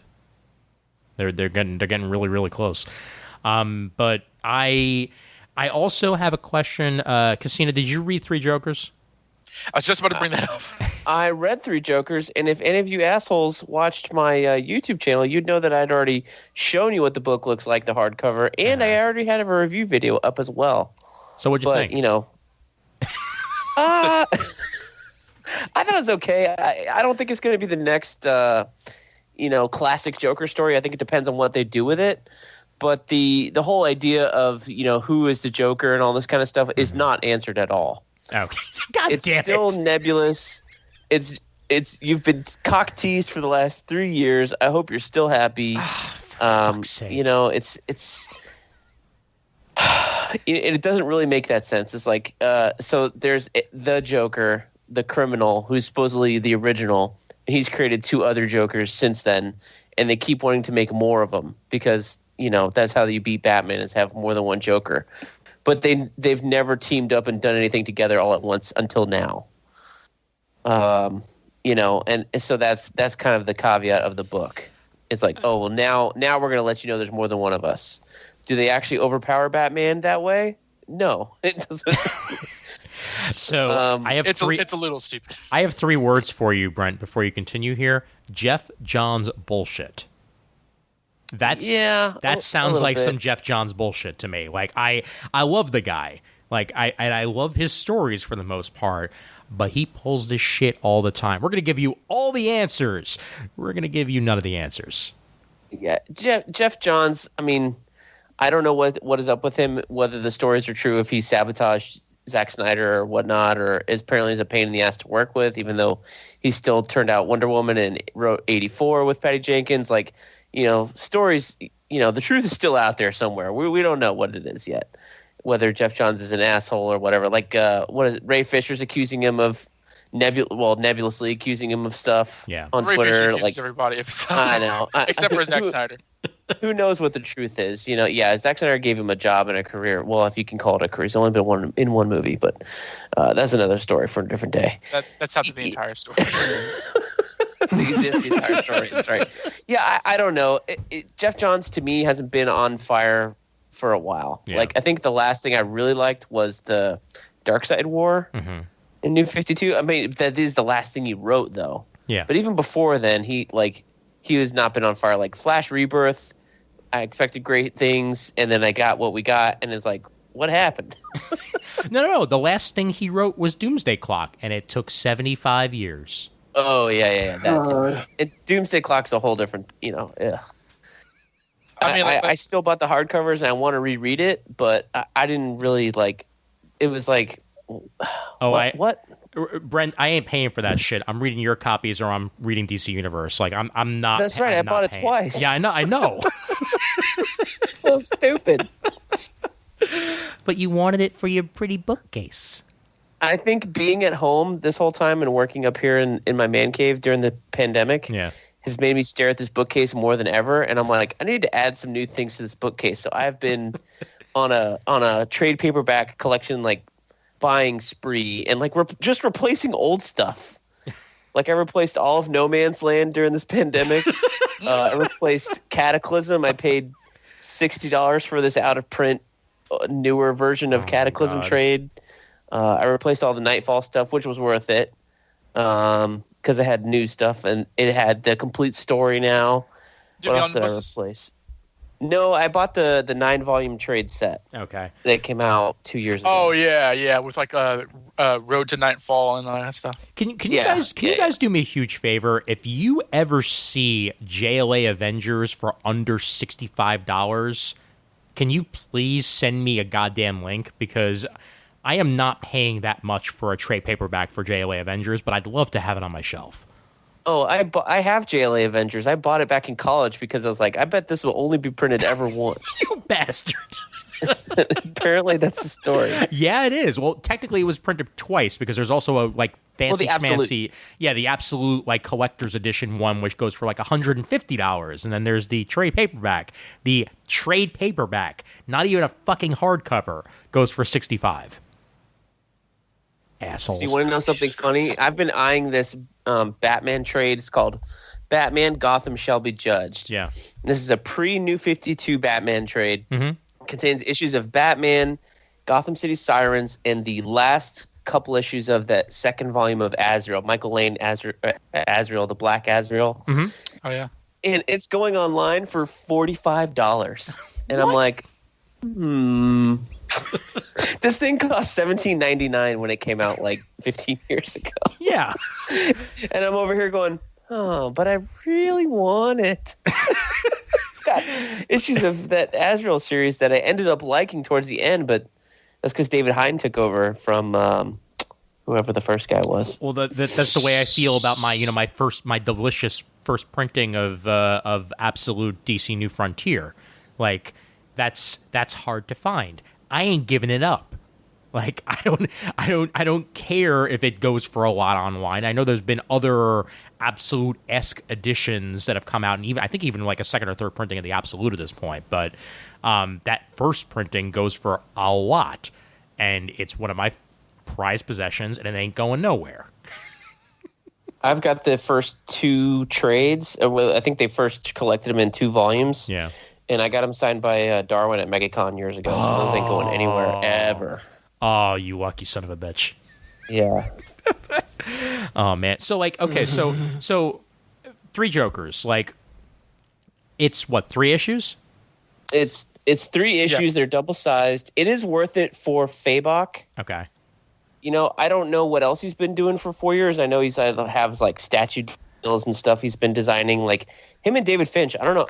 At least one of them turned in a book in the last 5 years. Fabok did these 3. But if it took him 5 years to do it, it shows because every panel is impeccable. Mm-hmm. It's flawless. It's like not Brian Boland flawless, but it is flawless. Like if you enjoy his style, you need to read this book just for that, because it's fantastic to look at. I think the only thing I don't like about Jeff Johns recently is he's relying on this 9-panel Watchmen grid. I don't know if that's from Doomsday Clock or what, but like they're doing it. He was definitely still in Alan Moore well. Mode. Yeah, so if he thinks he's the new Alan Moore, he's got a long way to go. But even Alan Moore's full of himself, so maybe they're Can capiche.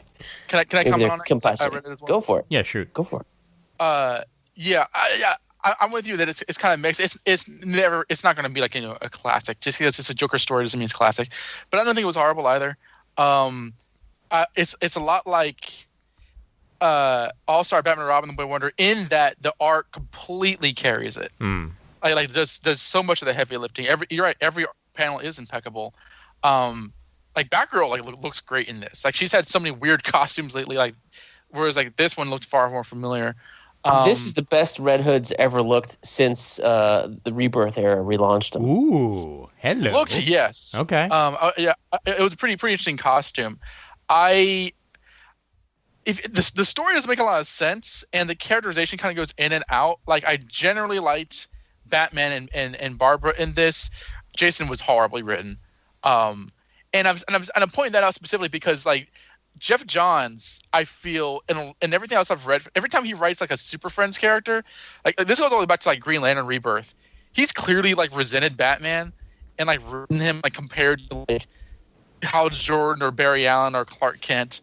And even in Batman Earth 1, you can kind of get that whole like, Batman's actually kind of a doofus nature to him. I mean, I know this sounds like me positing, but like I really feel that that's kind of a trend in him writing the character. And I feel with this, there's none of that. This actually feels like this was his Batman story, like his Batman Rebirth, quote unquote, kind of story. Because I love how it opens up with like shots of like various eras of Batman, like the Golden Age, the Silver Age. You have a shot of Bane breaking his back and like he's wearing the Jim Aparo design suit. Like they're not pretending that like he's only worn costume his entire career. Like continuity plays a big, or at least history plays a big thing in this. I don't know what the point of the story was at the end of the day. I was entertained by it. Like I thought the third issue was the best. There were some interesting insertions of certain characters. I really, really, really, really don't like how he writes Jason Todd. Like, I'm not a big Jason Todd fan, but even here, he's just endlessly whiny. And it ultimately, I can't imagine this is a good look for him. But like, that being said, I thought that like this was fun to read, but you're not coming to this thinking that Geoff Johns is going to save like the Batman Joker fandom or whatever. It's just a three issue story. There's nothing much to it than that. Buy it for Fabick's art. Expect to be entertained, but don't expect it to like save your life, and it'll be fine. I hear that there's supposed to be a follow-up in one way or the other, a one-shot that's supposed to be coming out that's apparently supposed to further cement some of the stuff that happened in this series, but I'll hold my breath until that actually gets announced and whether or not it does actually resolve anything or if it just furthers the mystery. But I'll check it out. I mean, again, I'm in the mood for a good 3-parter, and it'll certainly probably wet that whistle right there, as long as I don't expect it to resolve everything that was laid out for me over 3 years ago in a fucking one shot. It doesn't resolve a goddamn thing. I know. No, it doesn't. that it was set up in those stories. They don't even reference those stories, I don't think. And nothing was set up and nothing was teased. Something was teased, nothing was ever set up, and nothing was ever followed through with. Yeah. And you can't blame Tom King for that. You can't blame anybody else at DC for that other than Geoff Johns, because I know for a fact that Jeff was like, don't worry, guys, I got this. And then 3 years later... Tom King for Catwoman, but that's later. So I think the most recent modern Batman classic to me, Batman White Knight.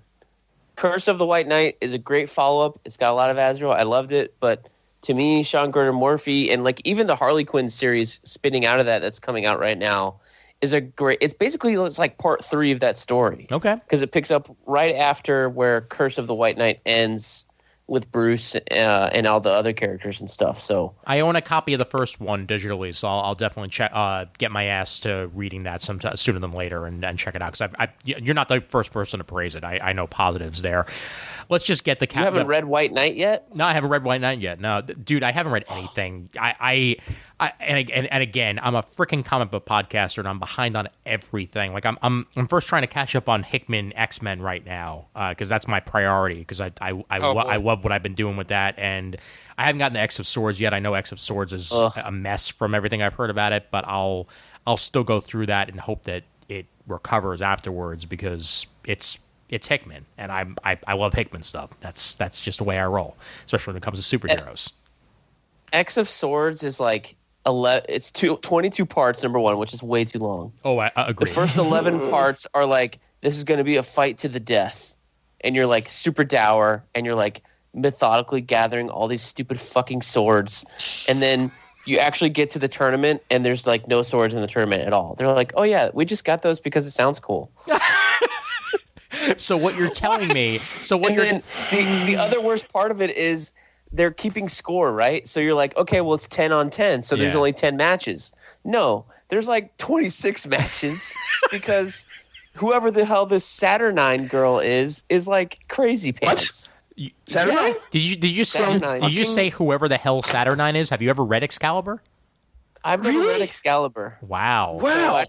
That's a deep cut. Oh my god. yeah, if you're a big Excalibur dude, you're probably gonna love it. But I didn't know who the hell these people were, who Otherworld was, or Captain Britain and all this other nonsense. I'm like, is this X-Men or something else? Yeah. Well, first off, go listen to Jay and Miles explain the X-Men, number one, and then number two, go back and read Excalibur because it's fantastic. I mean, it's weird enough having Betsy Braddock have purple hair and not be Asian all of a sudden. Well, that's not myself. That happened a while ago. To be fair, she always had purple hair, though. Yeah, she did. She always had purple hair. The getting non-Asian that happened even before Hickman. So like that was right before that, and I'm A-okay with her no longer being some weird ass Asian fetish that Jim Lee decided to draw. Like how do you write was that it Jim story, Lee? No, it wasn't Jim Lee. That was what's his face. That was Claremont's idea. Let's switch bodies with Quan, since that makes sense. Fuck you, Claremont. Wait, was it Lee or Silvestri who drew her first? That was Silvestri still. Jim Lee. That was okay. No, that was Silvestri still because that was during the Siege Perilous. Okay, got it. All right, Jim never Lee mind. definitely drew her as that version, but like, did he draw that? Jim Lee did draw her. Yes. He drew her in X-Men 1. No, but did he draw like that event where it happened? No, that was still Silvestri. Okay, all right, fair enough. But I will let you know, Brandon. I'm almost up to Executioner Song and Jay and Miles. I'm right in the thick of it, baby. Like I am. Oh, where am I at? Did you guys read Jay's Marvel Snapshot Cyclops story? I did, and it was. Oh, okay. I get to talk about a comic. I mentioned it on CGS in passing last episode, but I'll get into more in depth on it here. It is terrific, and it is probably one of the best character pieces I've seen on Cyclops in years. Like, it does a great job of actually humanizing the dude because he's often a cardboard cutout. And this time, you get to see, like, him as a kid first, acclimating to the fact that he has his powers. You get to see him sit in on a talk with Reed Richards, Tony Stark, and, of course, Peter Corbeau. It's Jay. What the hell did you expect? Dr. Corbeau. Exactly. And it's just overall like even better than I was expecting it to be. Like it's one of my favorite of the snapshots so far. And it's like required reading if you're even like a cursory X-Men fan and want to just like know more about the origins of Cyclops. Cyclops is my favorite X-Men. That issue was awesome. Yeah. And I wasn't even expecting it to be as good as it was. Yep. Yeah, absolutely. And it's who's the artist on that one? I'm looking it up right now. And bought. Let's see. There you go. Sweet. I like how Cyclops is like down to sharing Jean with Wolverine now. That's really weird. That was so. God, all right. I'm catching. So I was catching up on the Hickman stuff. Or maybe Wolverine and Cyclops are sharing Jean, or Jean's sharing both of them. Are they all bi now? I don't know. How does this work? I mean, that house layout is kind of weird anyway. But it is. Man, Tom Riley, by the way, is the artist on the snapshot. Tom Riley, good stuff. Anyway, the banging. Yeah. We now return to sexual relations involving Logan, Cyclops, and Jean. Why are we talking about it? I'm confused. And somehow young Cable's still cool with this? That's what he's like, yeah, fine, you can stub my mom. Short dude. I mean, technically it's not his mom. His mom is the clone. Here we go. Okay, so in X of Swords, he's like he's like calling her mom or something. No, I know, yeah, because he considers her his mom, but his actual mom is Madeline Pryor. Okay, so I don't know. It doesn't make any sense. It's a goddamn X-Men. Exactly. Inferno. It's always Inferno. Yeah, that there's a reason why there's an entire podcast that's devoted to explaining the X-Men because they make no goddamn sense. Yeah, there you go. But yeah, X-Men Snapshot number 1 was beyond excellent, and I hope that Marvel gives Jay more work because he deserves it. He's actually a really good writer. For real, yeah, it was amazing. Yep, definitely. And I do have up to issue 13 bought of Young Justice on the most recent DC sale. So I'm just waiting for the rest of it to go on sale for 99 cents, and I'll go ahead and grab the rest of those too. Do you think the whole Drake thing was a joke? No, I don't think so. I think that Brian Michael Bendis thinks he's more clever than he is. But he thought he was also being serious because, he's Robin. Yeah. Oh no, I think he was 100% being serious. I think that Bendis. Look, I love Bendis. He's one of my favorite writers. Okay, just like I said before, Johns is one of my favorite writers. Bendis really thinks he can reinvent the wheel a lot of times when he can't. And he had the idea burning in his head, and no editor bothered to tell him it was a bad idea until it came out, probably, that he could make Tim Drake his own character, not Red Robin, not Robin. What's his name gonna be? His last name. The fuck? Hey, Drake's a bird though. It works. Thank you so much for that wonderful insight there, Brandon. I would have never noticed that without you pointing it out. At least it's over. Let us never mention it again. Exactly. Until what a weird. I said that character had not enough weird things happen to him. Yeah, well, until eventually he winds up in a wheelchair and he becomes Jimmy Brooks as his High five. Thank you. What is worse, the Drake costume or the Future State Nightwing costume? The Drake costume by far away. The Drake costume. Who the hell goes from red, black, and green to brown? Yeah. At least Dick still has his color scheme. Exactly. Yeah. Tim Drake should never go to Browntown. It's not a good look. It's just not. like Dick may look like Perfect Cell with that chin strap, but at least he looks like Nightwing. You can look at that and say that's Nightwing. Oh, speaking of which, actually, since you were talking about X of Swords, an excellent drop there, Donovan. I'm proud of you.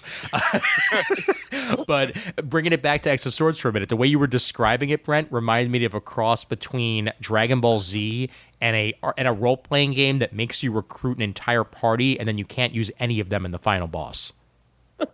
That sounds pretty close. I just like the Hickman's ability to be like, here's his ex-wife you never knew he had, and these kids you never knew he had, and then it's like, oh, and by the way, you got to read it. It doesn't make any sense. Oh, I'm definitely gonna read it. I have at least like the first 16 issues of X-Men bought, and I'm just gonna read the rest of it on Unlimited. Well, all the Apocalypse setup stuff is in Excalibur, though. Like, you can't read just X-Men and then find out, like, because Apocalypse and Excalibur is setting up the Otherworld gate to Avalon that they use in X of Swords. It's not an X-Men. Right. And that's just it. I'm just going to wait for Unlimited and just read the whole damn thing that way because dear Marvel Comics, thank you for changing your release date window to 3 months. Thank you. That was 6. Yeah, it's 3 now. That happened. DC was 6. Was 12 and now it's 6. Right, and Marvel responded by making their release window 3. That is very recent. That happened as of like maybe a month ago. Unlimited announced that they were going to change their release window to 3 months, and everybody cried, "Wow, wow, wow! What about the stores?" Just like people are crying, "Wow, wow, wow! What about the theaters with with HBO Max?" But this happened before then. Think of the children. I know. People who still buy, please think of the children. People who still buy physical will still buy physical. They probably don't have unlimited accounts to begin with. Everybody who does have an unlimited account, they're not buying physical, and they're waiting for sales on Comixology, or they're just going to wait for unlimited to have it anyway. And that's the way I am right now. So, or you're me, you're that asshole who does both. So yes, exactly. Or you do both. I still occasionally buy digital comics, even when they're Marvel, when I can't wait, even though I'm way behind, because I'm weird like that. But also because I just like reading stuff on Comixology versus Unlimited, even though Unlimited has gotten much better over the years. Mm-hmm. Yeah. Although right now I'm having issues with my Unlimited app on iPhone because it won't let me log in. So fuck them. Oh, delightful. Yeah. I have an old iPad. I've not upgraded my iPad yet, and it still works well enough. But I relatively have to delete stuff from the iPad because it has absolutely no space to it. I think it's a 16 gig, so it has like nothing. Yeah, Nothing. Yeah, I know. I am looking forward to reading The Union #1 too. I bought that like just the other day for cheap, and want to check that out because that looks like it could be like almost like back in the day with Captain Britain and MI13. Like it has that sort of feel to it from the looks of it. So looking forward to it. Peter Wisdom, what? Yeah, there's no Pete Wisdom in this, but there is Union Jack, and the world needs more Union Jack. Especially Britain. Yes, that is very true. I was going to say, and I said last time, maybe during the crossover, but like, I'm loving Amazing Spider-Man right now. Yeah. Oh my god, it's so good. I gotta read it, man. I have like almost all of Spencer's run to read at some point, and I will. It's just it's gonna take me a while to sit my ass down and read what is now 50 issues, I think. Yeah, he just hit a milestone. I need to start it over and read from the beginning just to keep track because like he's really ramping up like the end game. I don't know to his run, but like to this Kindred storyline. I'm not going to spoil anything, but man, this goes for it. Yeah. Like this is not like, oh, this is a good story. This is like this is looking to potentially be the biggest Spider-Man story. And when I say that, I mean like and personally in terms of the character. When you think of the shit that's actually hurt this guy, and I mean like hurt him since I don't know 1994, 1996, 2008. Like he's really going for it in ways that are particularly well written. I'm trying to remember what issue was that. I actually have it over there. Like it's like volume 5. Well, it's like 850 something. Actually, I mean, I can if I just squeeze over. Yeah, but like the most 850, I think was the big reveal you and I were talking about on Twitter. Well, there was the reveal, but like the most recent one, like the most recent 53, which is Legacy number 854. That issue with like Bagley and art.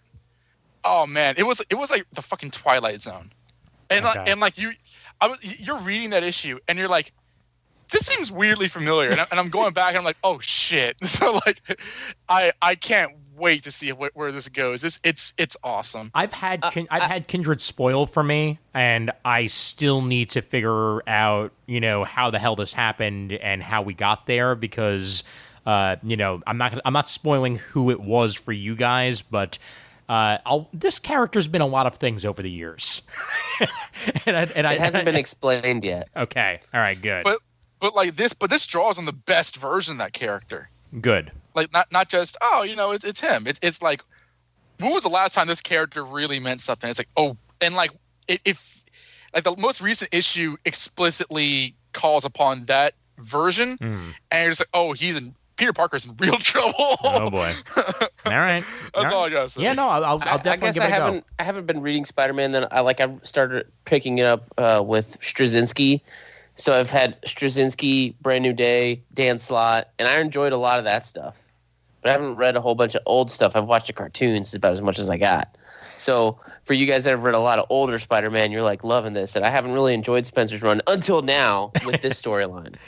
All right, I'll have to dig myself into this. Maybe I'll even put that to the top of the list. I don't know. I'll figure something out. I need to take some time. Like I need to take like a solid week where I just don't watch television and read because like I feel like my brain is going to mush because like I just sit out and veg on YouTube rather than actually just like watch new things or read new things lately because it's just easy and it's a way to unwind. But brain goes stupid, and I don't want to go there.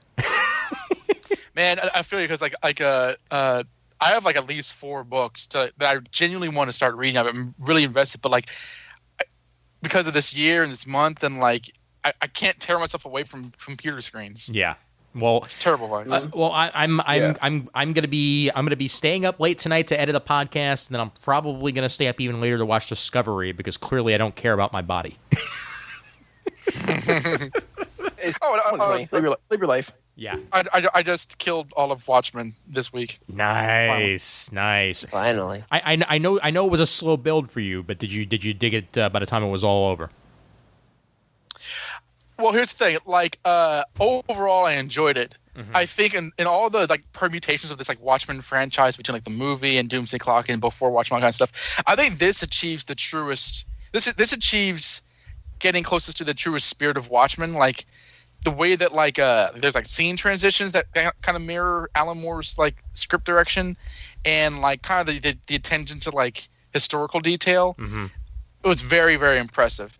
I don't think that the show ultimately has much to say if you're comparing it to like the original comic, which you only do so much, but like the original comic starts off with like it's a superhero story, and then as you read it, it's like this is actually talking about a lot of other things, whereas the show is like we're explicitly talking about real world things in this superhero story, and I'm not sure how far they go, especially with like the last episode's like kind of comic booky plot.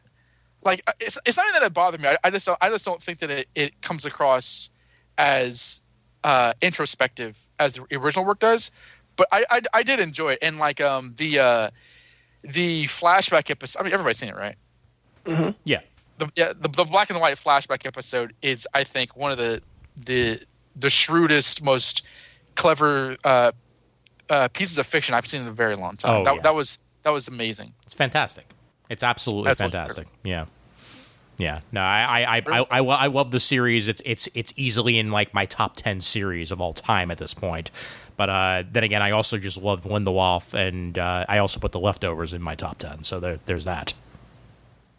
Yeah, I'm not seeing his other stuff, and I know that Lost is kind of like has a very polarizing reputation. But I just had to cross like this guy actually took the work seriously. He wasn't just like, oh, it's cool. It's like he cohesively understood the story, and he did his best to make it work. And even if I personally don't think the story they were telling stuck the landing thematically, I certainly have no ill will against any of my misgivings. Although, like, I never got really behind Jeremy Irons as Adrian Veidt.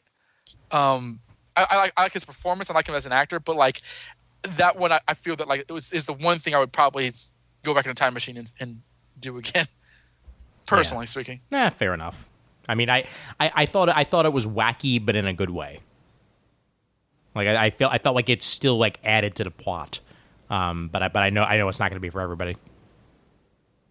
Yeah, it's not nothing in this like pissed me off really, right? Some things I was like, I don't know about that, but it was never like a deeply angerifying or anything like that. It was just it was fun to watch, just on a pure viewing experience. Fair enough. All right, what else we got, gentlemen? Before we wrap this sucker up, Brent, you got anything else? Yeah, Brent, did you talk about Batman Catwoman? I want to know if Donovan read it and what he thought first. Where Donovan? What the hell was that? Okay, we're on the same page. Good. Yes. What? Oh God! What did he mind bend? Like, was it just like out of left field? Like, what the hell? I just didn't understand what I was reading. It was more confusion. Yes. It's so Tom King. I have a 10-minute rant on YouTube on BK's Bullets if you want to go find more of this. But basically, it's like he started out writing Vision. That's a cohesive story. Sheriff of Babylon, which I've read. Ian, it's on Comixology if you want to add it to your ever-growing pile. Also very good, cohesive story. Then he gets into Batman and starts adding these little flashbacks and little innuendos or whatever. And then he does Mr. Miracle, and that jumps around a lot, and that's pretty good. And then he's doing Strange Adventures now, and that's jumping between two different timelines. And then he's like, you know what? I'm the master of timelines. So let me jump into 3 different timelines to tell 3 different stories, and in 30 pages give you all of nothing to hook you to read the next issue. Mm-hmm. And whereas like Strange Adventures now is swapping timelines between 2 artists, Doc Shaner and who's the other guy that works with him a lot? He did Mr. Miracle with him. Ooh, what's his name? No, Mitch Gerads. Yeah, Mitch Gerads. Okay. So that's clear because the art style changes. Past is clean, present is scruffy, basically, those 2 art styles. This one is all Clayman. He's doing everything. And instead of like switching between timelines, between pages, he's doing it in panels But there was one page, like the third page of this issue, Bruce is talking to Andrea Beaumont, who, if you've watched Mask of the Phantasm, you'll know who she is. They don't bother to tell you who she is in the damn book.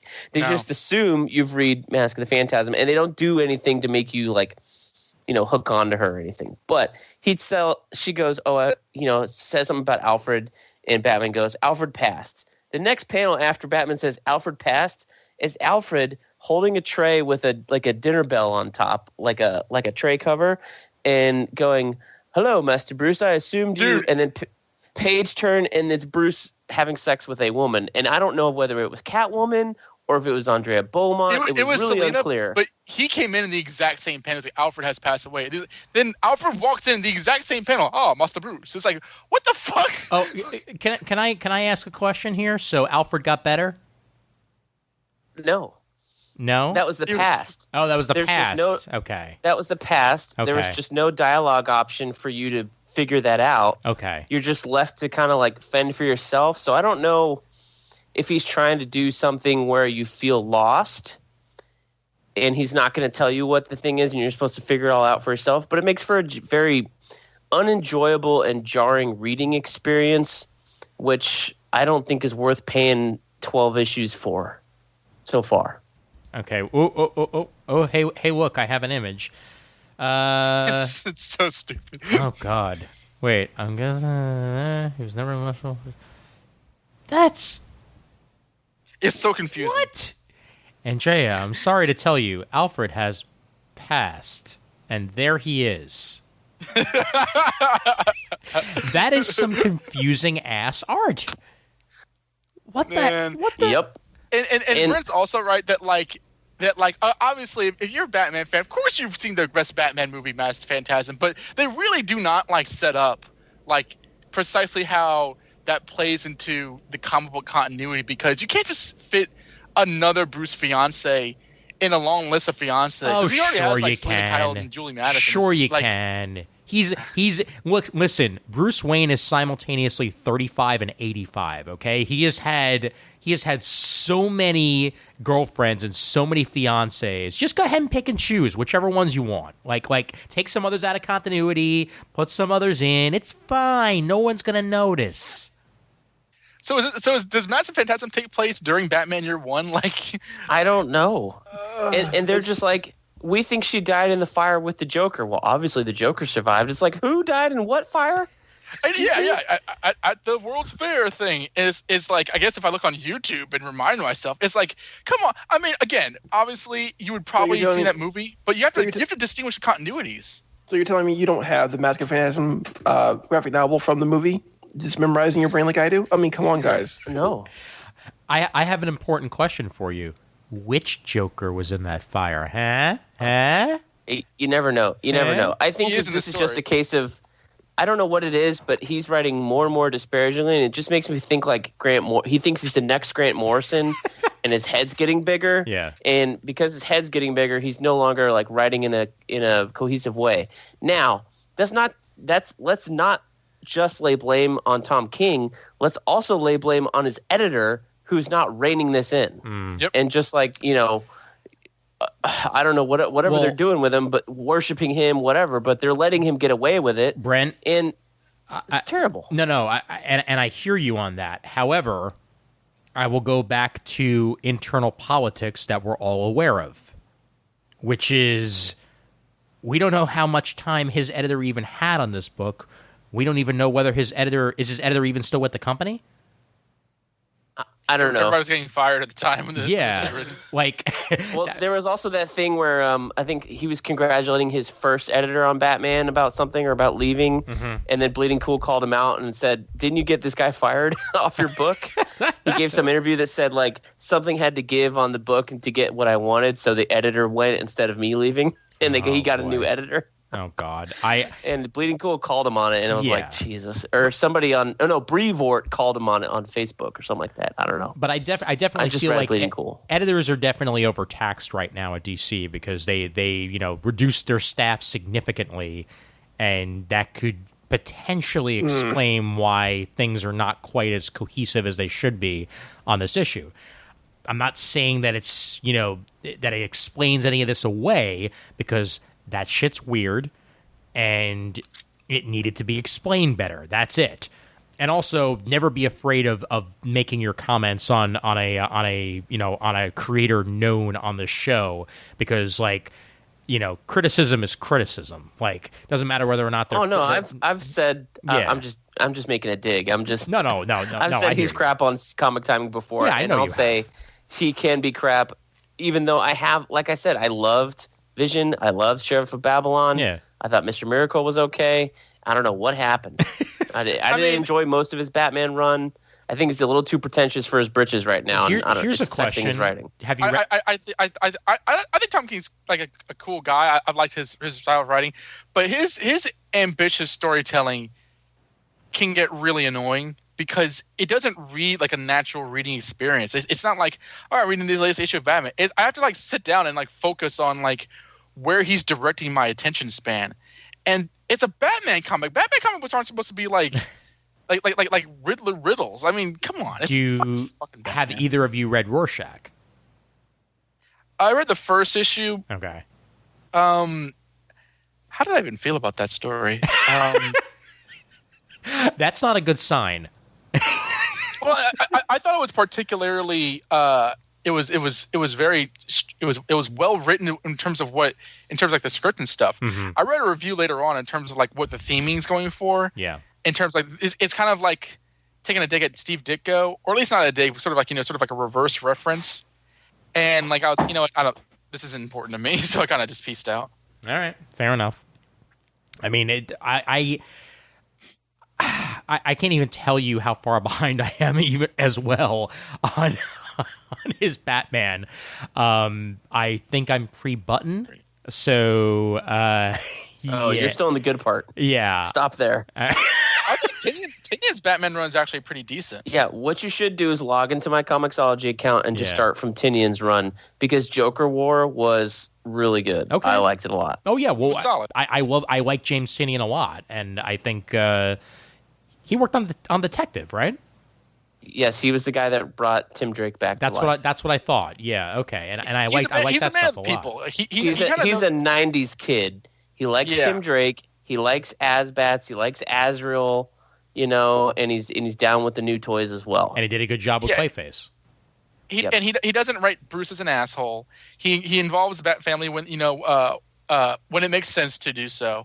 And like the latest issue, like Batman 104, there was this pretty interesting flashback of the Bruce and Dick days, and we don't have any stupid Jim Lee designed Batman and Robin costumes. They look like the Carmine Infantino Silver Age versions. Nice, but it plays naturally, and the dialogue's solid. It's an intriguing mystery going on. Yeah, Harley Quinn's in every issue, but she's not. It's not like her comic. She's not annoying Harley Quinn like Palmiotti, Amanda Conner Harley Quinn. She's like an actual person. I don't like goofy Harley Quinn. That's just me. Fair enough. Well, I mean, I don't like Harley Quinn who just absorbs the attention of the universe, but it's still a Batman story. And if it just feels like the book has calmed down since Tynion's gone on, because with Snyder and Tynion, it just felt like you had to just tense up every time you read any kind of story. And it's Morrison had his done in one issues too. He understood that Batman is a superhero who can have grand stories, but he doesn't need to be end of the world cliffhanger mystery boxes every single time. It became frustrating to read the book after a while, and I think Tynion's brought it back down to earth. It sounds like DC Comics' next event should just be called Mystery Box. I mean, they do if they want to lose me forever. Yeah, if they want to put Tom King on it, they sure as hell could, or J.J. Abrams. Oh, I'm going to say J.J. Because they're already trying. I mean, have they've not completely retconned. What was it called? Heroes in Crisis. Yeah, they've come pretty close. I mean, Roy is not back yet, but he probably will be. But Wally is almost completely redeemed, and they're just completely sweeping that under the rug. At least with Identity Crisis, they kind of, which I like. Yeah. They kind of stuck to that. Well, also from everything I've heard about Heroes in Crisis is that story was essentially handed to Tom. Like, it wasn't like Tom got to figure out what was happening in that story. He was like, okay, these things need to happen, and you're going to write it, which is the worst way to write a story. Mm-hmm. Well, he also participated in that Worship Me San Diego Comic-Con cult thing, you know. Yeah, I was there. His idea was that. That was weird, kinky. Oh, boy. Remember what I said about his head getting too big? I think that's where it started. Yeah. Right there. San Diego Comic-Con on a boat. I'm only going to insult him so much, but he seems like a cool guy. I'm sure he's cool, but he needs to tone it down. That's fine. Yeah, that's fine. I'll end things on one final. I've met him before. He's actually a very cool guy. I get. No, go ahead. No, I'm saying, I met him before. I met him at Super Show when he was still pushing a Once Crowded Sky before he even became Tom King of what he is now. Like, he's a very approachable guy, a very nice guy. But maybe Brent is right. Like, maybe just success of having the vision and then just being like the go-to guy for Batman for how many issues? 2-3 years? Too many. They've gone to 2016 to I think last year. Said. Yeah, I mean, it's certainly possible. So that's not out of the realm of possibility. I think it's one of these things where it's like he thinks maybe he's not God's gift to comics or whatever, but he's trying to push the medium, but he's doing it in a deliberate way instead of letting it come naturally. Where people like Alan Moore pushed the medium, but he did it in a more naturalistic, natural way that people still respect nowadays. But if you're trying to push the medium and you're just coming up with contrived ideas at this point, because it's not everything's been done, but there's still ways to do things without while still telling a cohesive story. Mm-hmm. I don't know. I think he's trying too hard. Honestly, he's trying to impress somebody, and we don't know who it is. It's like Bendis. Like, not everything needs to be decompressed. Not everything needs to be broken down to the bare bones and then build every character back up. Sometimes, what was I watching? I was watching a J.H. Williams video on YouTube, and he was talking about the idea of gritty movies now. Like, why are a lot of movies being made now that are R-rated, especially which are based on comic books, and a lot of times the people who read the comics as kids grew up with them and they want to tell these more adult, and they forget that the original medium is actually meant for kids. It's meant to grasp the attention of kids, where their average reading age is, I would say, ideally probably 10 to 15 years old, right? I saw the same video you did, I think. It's Patrick H. Williams. You said J.H. Williams. I was like, I don't know he did a YouTube video. Sorry. It's the H that threw me off. They forget a lot of times that the medium is meant for kids. And I get you want to tell grounded and gritty and adult stories, but these comics have to be weird, which is why Vision works. Because Vision is a very, I don't want to say 4-quadrant story, but it's a very complex story, but it also embraces the fact that the medium of the comics is weird. The Vision has this weird history, so the characters should be weird in general. Mm-hmm. I think maybe King, like you said, he's trying to push the medium, push it too fast, but he's also forgetting he's not writing normal stories. He's writing comic books, and he should just honestly be doing original stuff if he wants to do things like this. I would also agree with what Brent said earlier, that I've not seen any input from, or I've not seen any preventative work by the editors in a long time, because it feels like DC is just totally up the ass of whoever's popular at the moment. It's oh yeah, do whatever, oh yeah, do whatever, oh yeah, do whatever. Morrison, Snyder, King. It's like they sell, so I'm not going to touch what they're doing. Batman, Catwoman. My distaste for that issue was purely on I just could not follow it. It wasn't on I thought the decision was bad or the writing or whatever. It was just from page to page to page, what the fuck's going on? And it's a Batman and Catwoman comic. I'm down for introducing Phantasm into the Marvel, or not the Marvel universe, the DC universe, and bringing her in and exploring this new relationship or old relationship, whatever. But like, if you're gonna do it. But don't like. She's barely in the comic. Yeah, she 2 pages, I think. Well, and then is her son gone or is he not gone? Like, it's unclear. It's like, come on. Well, all I'll say is I look forward to Phantasm being in the Marvel Universe soon. Well, he's technically DC's already had Phantasm. He was in the New Titans. Well, and Phantasm's based off the Reaper. Yeah, I'm not even going to. Will actually. Excuse me. Oh God, I have one last thing that I'll bring up on this episode, guys. As we're pushing 2.5 hours on the recording here, which is probably only about 2 hours and 10 once we take out our one episode of every 4 months. I know, but some of us have work in the morning. But I'll say that I did finish The Boys season 2, and it is officially better than the Boys comic. Yes, by far. Fuck that comic. Yeah, I hate that comic so much. That's why I've not watched The Boys. Yeah. Oh, the Boys TV show is great. The comic was okay, and then it relied on the same joke too long. It did. Yeah, I gave up on it halfway. I got really tired of Garth Ennis doing Garth Ennis stuff. Is that before or after what's it called? Herogasm? Oh, that was right around Herogasm, actually. I gave up right around that time, and it just kept repeating itself over and over again, and that's something that I feel like the show is so far avoiding. And I hope that it continues to do so, because that second season was actually better than the first, in my honest opinion. I liked the first season, but they eclipsed themselves in a lot of ways, and not in a jump the shark way. So yeah, the finale could have been a little bit better. That's the one thing that I wish could have been a little bit better with season 2. But overall, I was really impressed. So can I let me ask real quick? I mean, everyone who knows me has recommended the Boys show, and I always say I hate the comic, and they're like, no, but it's good. Yeah. The comic, if I recall correctly, was just Garth Ennis just shitting on superheroes, which is fine. Yeah, it's fine, but he did that unendingly. Mm-hmm. What is like the story purpose of the television show? Like, what are they doing with the show? They're shitting on superheroes and shitting on Zack Snyder with a Joss joke in season 2.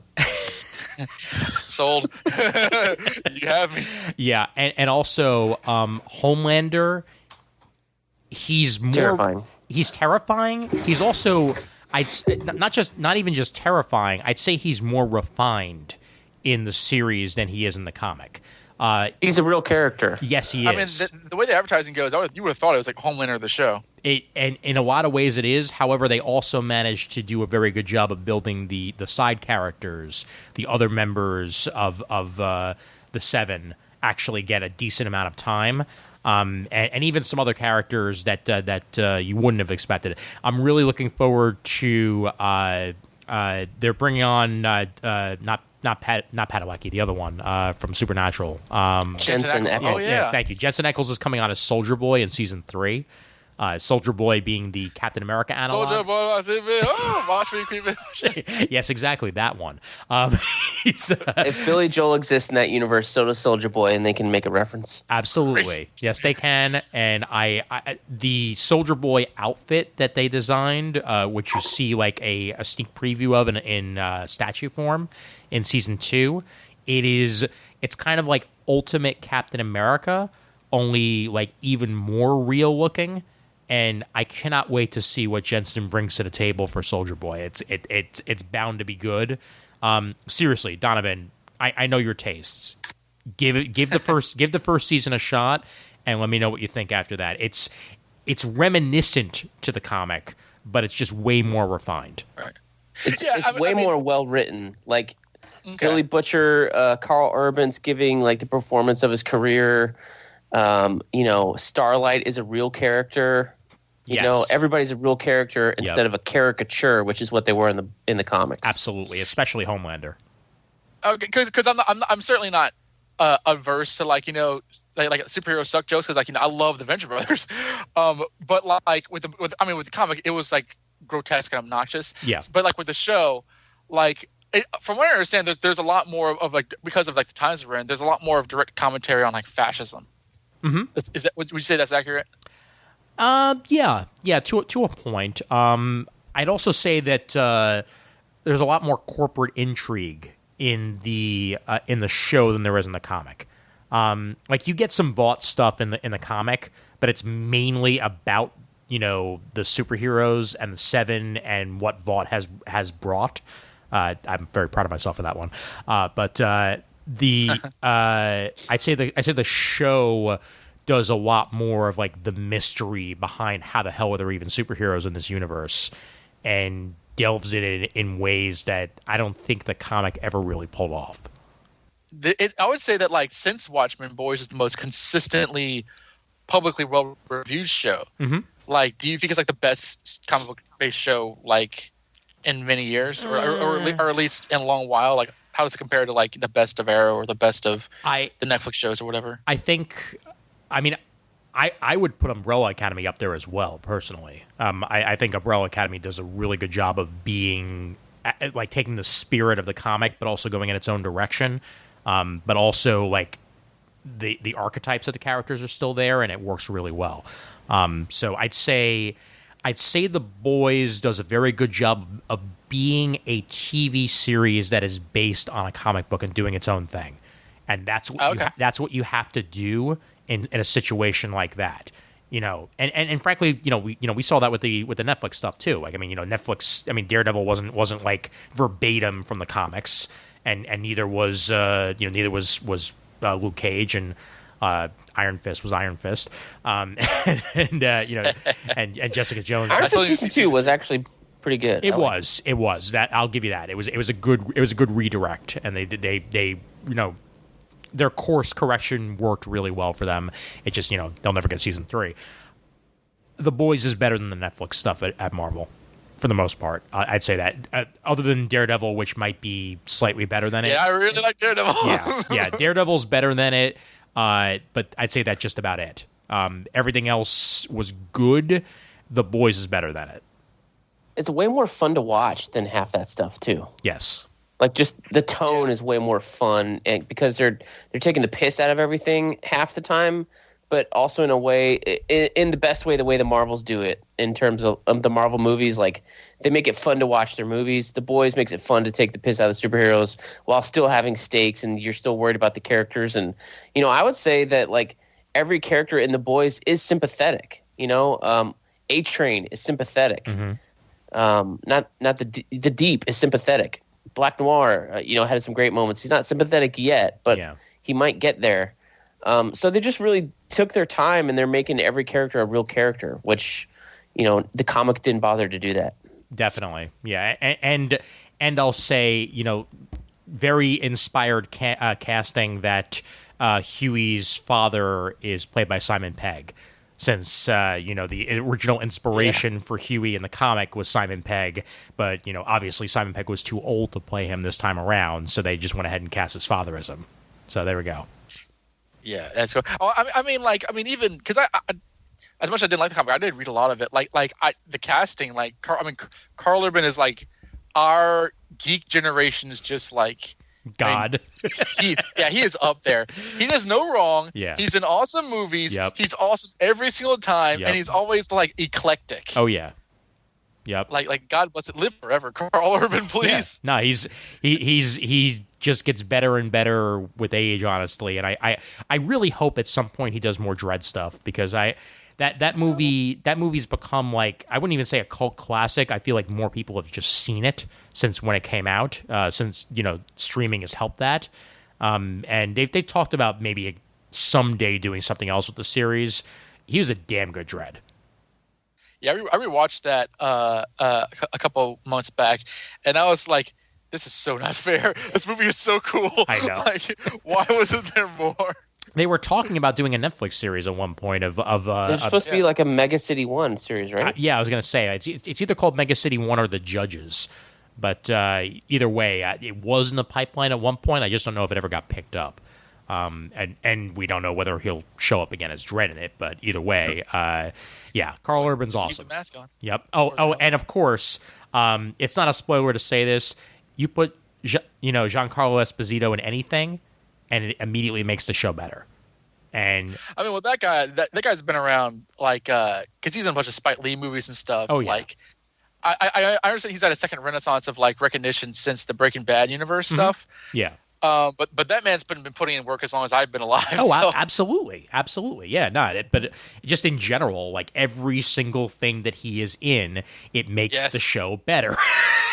Yes. Do you think he's got like a black suit clause in his contracts? Like, just put me in a black suit, in a dark suit, and I'll be the bad guy and be a badass. Like, he even had that with in The Mandalorian. He's got a black stormtrooper outfit on. That's true. He's a Moff, you know? Yep. I didn't know he was in The Mandalorian. Yes, he is. Yeah, and we won't spoil too much about it. Just that he's a very important part to the ongoing story of that series.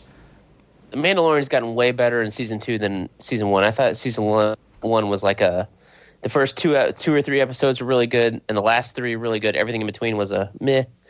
But I'm invested in every episode on season 2 so far. I'm behind. I've only watched a past season episode 2 of season 2 so far, so I did get to the egg eating, and that was great.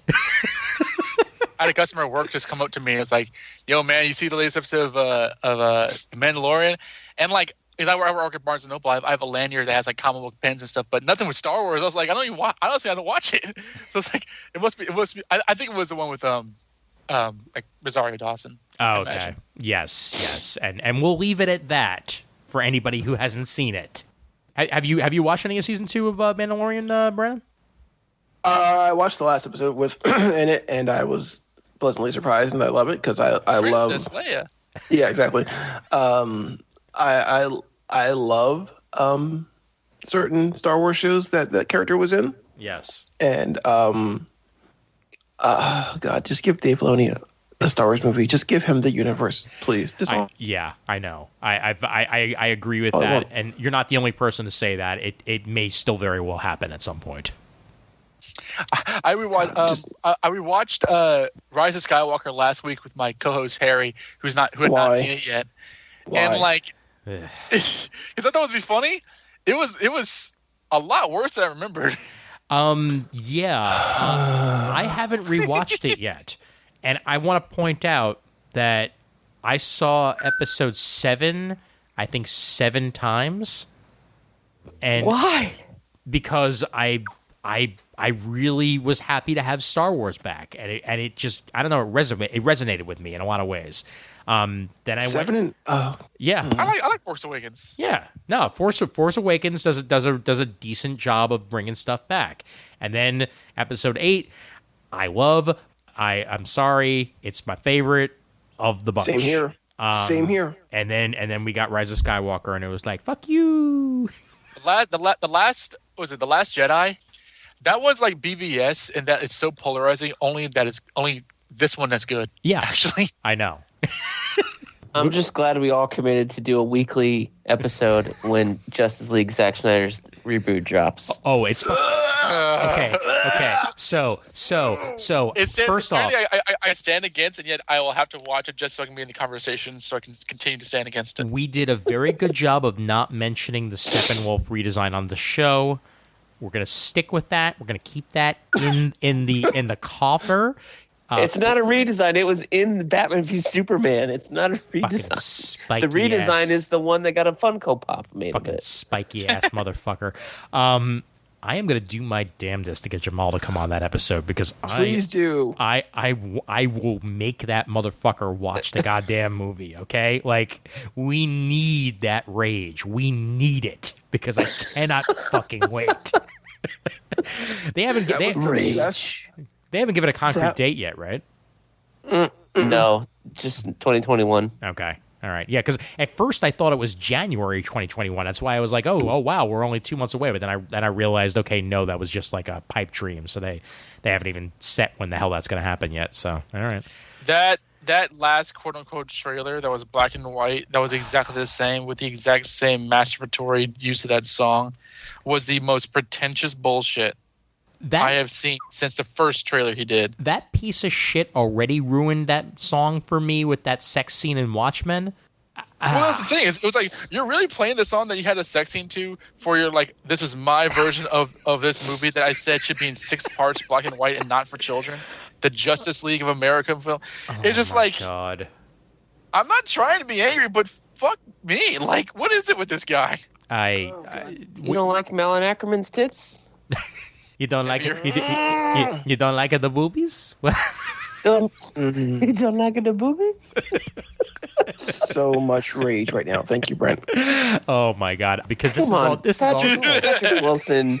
It's the best thing in that movie. Oh my god! I don't hate in Rorschach. Here's the thing. Actually, Dr. Manhattan's casting is brilliant. That guy was great. And yes, Rorschach is the best. Sorry, Brandon. Go ahead. I don't hate the Watchmen movie. I really don't. I hate what the Watchmen movie has made Zack Snyder become. Oh yeah, that's what I hate most. Yes. Also, everyone's wrong. Like the new ending is. I hate that. Like here's the thing. The new ending doesn't really bother me. I get it makes sense. It's a movie ending. All right, movies. I get it. What I don't like is, like you said, it's the masturbatory, self-serving. I'm God's gift to comics that Zack Snyder has become. Like, okay, sure, you made 300, and it's a dude bro film. It's fine. It's whatever. Yeah. And then you did. He did. What was it? Not 30 Days a Night. Dawn of the Dead. 20 Days Later. 20 Dawn of the Dead. 28 Days Later. Again, fine films, right? Then you do Watchmen, and okay, you get some critical acclaim because it's shot very well because you're just following panel for panel what the comic was. The story's okay because again you're just taking what's written by Alan Moore, and it's you got a decent cast to deliver lines that were not written by you. Got it. I get that. Then you do Sucker Punch, and you were like, oh, it's gonna blow people's minds with how awesome it is, and it's a shitty film, and you keep talking about how good it was and how much it changed your life, and then you do your Man of Steel and. Fuck that movie. And you liked Man of Steel. Shut up. No, here's the thing. I liked the trailer. Yeah, the trailer was one of the few trailers that actually made me freaking cry because I thought there was something in that movie that was going to like it was. I thought it was going to be like a very positive, uplifting, and hopeful film. So did I. That is not what I wanted. That's not what I was expecting. Like, I'm not even talking about the beginning. I'm talking about like the whole, like, we talked about it before. We talked about it at length on that in the podcast. But how do Clark Kent and Lois Lane meet? By her screaming at the top of her lungs as he like burns her, scarring her for life. I am totally gonna wind up re-listening right before the Snyder Cut comes out.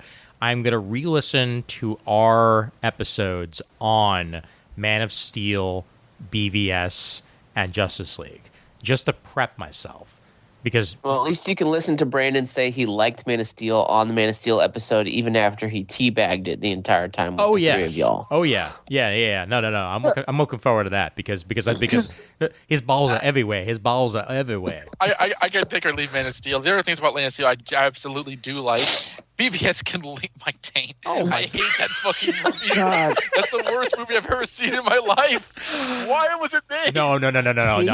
That movie. Donovan, The Last Airbender exists. Please do not tell me BVS is the worst movie you've ever seen. That movie made me laugh. I swear. Like as somebody who's not seen the show, I went in there, watched it, and it was so bad it was like genuinely funny. BVS, like I heckled BVS like loudly. Oh, I know. But when the Martha scene happened, I just screamed, "World's greatest detective!" I was so appalled by what I was watching. Look. I went out of my way to start dating somebody named Martha just because of that movie. So I mean, this is for you, Batman. I'm glad you're reminded daily of that movie's greatness then. Oh my god. Also, I'm calling it now. Guys, get ready for this. They're going to add mustaches to the entire cast of Justice League. I hope that's in the bloopers. Thing. Like I thought he was I seriously thought he was lying and bullshitting when he said that like the army dude, the military guy was like John Johns. Yeah. But like that doesn't make any sense though. Oh, I know. That makes and I'm not just being angry. Like that makes no logical what? Oh, I know. Go with Does it. he not 4 know hours. who the character Just go is? with it. I hope we somehow get Ryan Reynolds as Green Lantern in this cut. Just for the fuck of it. Like why not? Just throw him in there. He's like, oh, Ryan Choi's in this film. Here's his scene right now. I guarantee you he's going to be murdered. Donovan, it is 4 hours long. They're splitting it up into 4 1-hour episodes. Wait, what? On HBO Max. Yes, No. You haven't heard this? No. This is not bullshit. Oh yeah, no, Not Bert's right. You will believe a director can jack off for that long.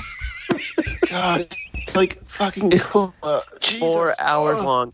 We're gonna have to mail Jamal like 3 bottles of his favorite bourbon or something in order to get him to watch this, because he's gonna out refuse to watch 4 hours of this. Yo, By the time can I ask something about? But hold on. Hold on. One second. I'm just saying, by the time this episode is out, we will probably know when the Justice League Snyder Cut is coming out, because Collider reported 8 hours ago that Warner Brothers is teasing the release date, and they haven't actually said so yet. But yes, fucking 4 1-hour episodes in 2021. Why? Because Zack Snyder. No, I shouldn't say it. No, I shouldn't say it. No. Because I'll say it. Because the fans demanded it. Yeah, I know. Exactly. A vocal minority of dude bro fans, fucking misogynistic, disgusting, neck-bearded internet fanboy douchebags threw a collective hissy fit for this movie, and we have to suffer. I know. What were we going to say, Donna? Okay, you guys have to suffer for content. You don't have to suffer. You just are going to suffer because you want to be part of the content. That's 100% true. Oh man, yep. And Rian Johnson, make all the movies. Just do it. Just make as many movies as you want. I'm okay with that. Everything you make is great. That's about it. Knives Out is great. Fucking great movie. Love that shit. Knives Out is really good. Bryce Scott works so bad though. Like, holy shit. But that's old news. I know. I may sit down and rewatch it at some point just to have rewatched it, but I don't want to. And that's saying a lot for me. Like, I was really back into it, and we've gotten to a point now, especially with Star Trek Discovery hitting it on all cycles with this latest season. I'm actually kind of more hyped for Trek than Wars right now. So Trek's winning the wars. It is for me personally, and frankly, again, I like them both. I enjoy them both. I'm just way more in a Trek mood right now than I am in a mood for Wars. Like, it's just the way I roll. Like, I'm watching Discovery like the day it comes out, and I'm a couple episodes behind on The Mandalorian, and I'm all right with that. I mean, it's not that I don't enjoy it, and it's not that I'm not looking forward to watching it, because I am. I just. Yeah, it's just the way I am right now. You know, it's funny how it runs in cycles like that. Park Car comes back.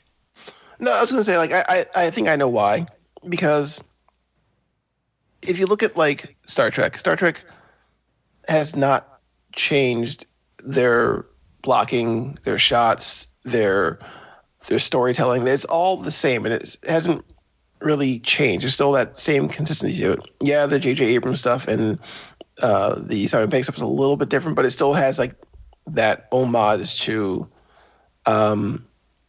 the original Star Trek. And you look at Star Wars, and Star Wars is, you go back and you look at like episode 4, 5, and 6, right? They are shot very specifically. They are shot almost like Akira Kurosawa films, or a little bit of French Art Nouveau.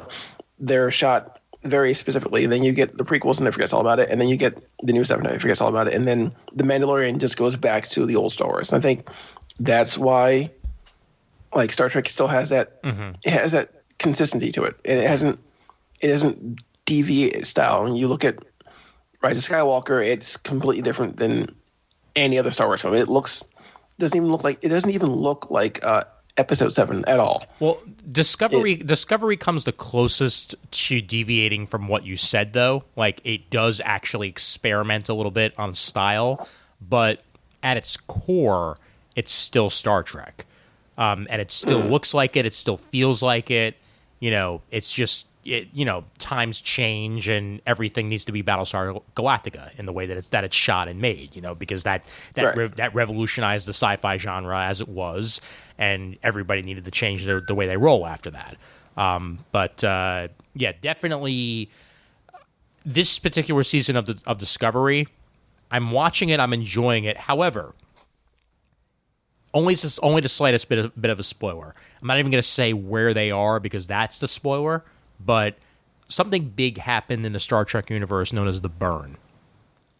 And I swear, if the Burn turns out to be the Burnham, I give up on the show entirely, and I completely take back everything that I said. Because Rick Burnham? Michael Burnham is the main character. There's something called the Burn that happened. If it turns out it's the Burnham, if it turns out it's somehow a butchering and it's her fault, I give up on the show entirely because too much of the shit has been, I'm Michael Burnham and I'm important. And that's my one negative. That's my one negative about Discovery more than anything else, is that Star Trek is always about the crew, not about a specific character. Even when Kirk was the star, it was about the damn crew. So they better, despite his best efforts. Yes, despite his best efforts, exactly. If they somehow make it to Burnham. So Michael's a little bit of a Mary Sue. Yeah, she's pretty close. More or less than Ray. Actually, do not. Shut up. I'm not answering. I want to watch the world burn. I'm not dignifying that with a response. Actually, I have thoughts, Dono. I've got thoughts about that now. Oh, I know. And I wouldn't even. Now that I think about it, I wouldn't even. THOTS thoughts. I wouldn't even say that Michael Burnham is a Mary Sue per se. It's just they do their darndest to make her feel important in everything. And it's not even just it's not even just the Discovery crew. It's about Star Trek history. It's about characters that you're already familiar with. Somehow she's familiar with them as well and important in their history and their backstory. She becomes very, very important in Star Trek lore, and they don't quite sell it. That's all I'll say about it. That's a shame. Yep. Okay, and right before we get to plugs, I have a couple of things that I want to bring up real quick that have changed since this episode was first recorded. As I mentioned earlier in the episode, this episode is at least 2 to 3 weeks old at this point, and I've been having some computer issues with random blue screens, which hindered my ability to edit this as fast as I would like. I finally got over those for now, knock on wood, and that's why this episode is being released now in 2021 when it was recorded in 2020. But the one big change that's happened since this recording is that I now have a personal Patreon. So any of you listening to this right now, if you'd like to support the show and myself by visiting patreon.com/comic timing, you can go ahead and do so. It's not just the Patreon for this show, although it is also for server maintenance and web renewals and stuff like that, and also the cost of running the website itself. But it's also for the task of producing the episodes that do get released both here on Comic Timing and on Comic Geek Speak, plus any side projects, Comic Timing Extra Points, or potentially other podcasts that I may release. I'm also going to be releasing some blog posts and articles on the Patreon as time moves forward. So again, if you want to support me, I'm not looking for a lot. Anything I get would be more than generous. But patreon.com/comic timing is where you can find that Patreon. And thank you guys so much for supporting the show for as long as you have. I know we've been a bit irregular over the last couple of years, to say the least, but we're still trucking, and here's hoping you guys are still listening. So thanks. All right. I think that's that, gentlemen. I think we are just about ready to say where you can find our shit on the regular. So, Dono, where can they find your shit? You can find my smelly shit at QNoAnswers.com, where I and my co-host Harrison Chute do the podcast Questions We Don't Have Answers. Every year on December, we kind of do the end of the year, top 10 things that we discovered that we enjoyed episode. So we're kind of gearing up for that. We're actually kind of messaging back and forth about that today. Although I will actually have a discussion because our show leans towards a pop culture / social political bent. So I'm actually going to talk about Watchmen, the show, tomorrow. I'm set to record tomorrow with writer and cultural critic Nora Berlatsky. So that should be look out for that. That's listen to this episode. And actually, I've still done work. I've done work for like 10 years for the Batman universe, and today dropped the commentary I did with my friend Josh for Batman Death and Family, which I really, really, really enjoyed. And we did a commentary on that. That's about an hour long, and it was pretty fun. So check those out. Nice. And Brandon, what you got? Same place you can find me. You can find me on Twitter at the Dabadon, the Pop Culture Clash podcast. It's my podcast with my co-host Ados Barron. We are on a hiatus because of COVID, because we have to record in person, because that's how we work.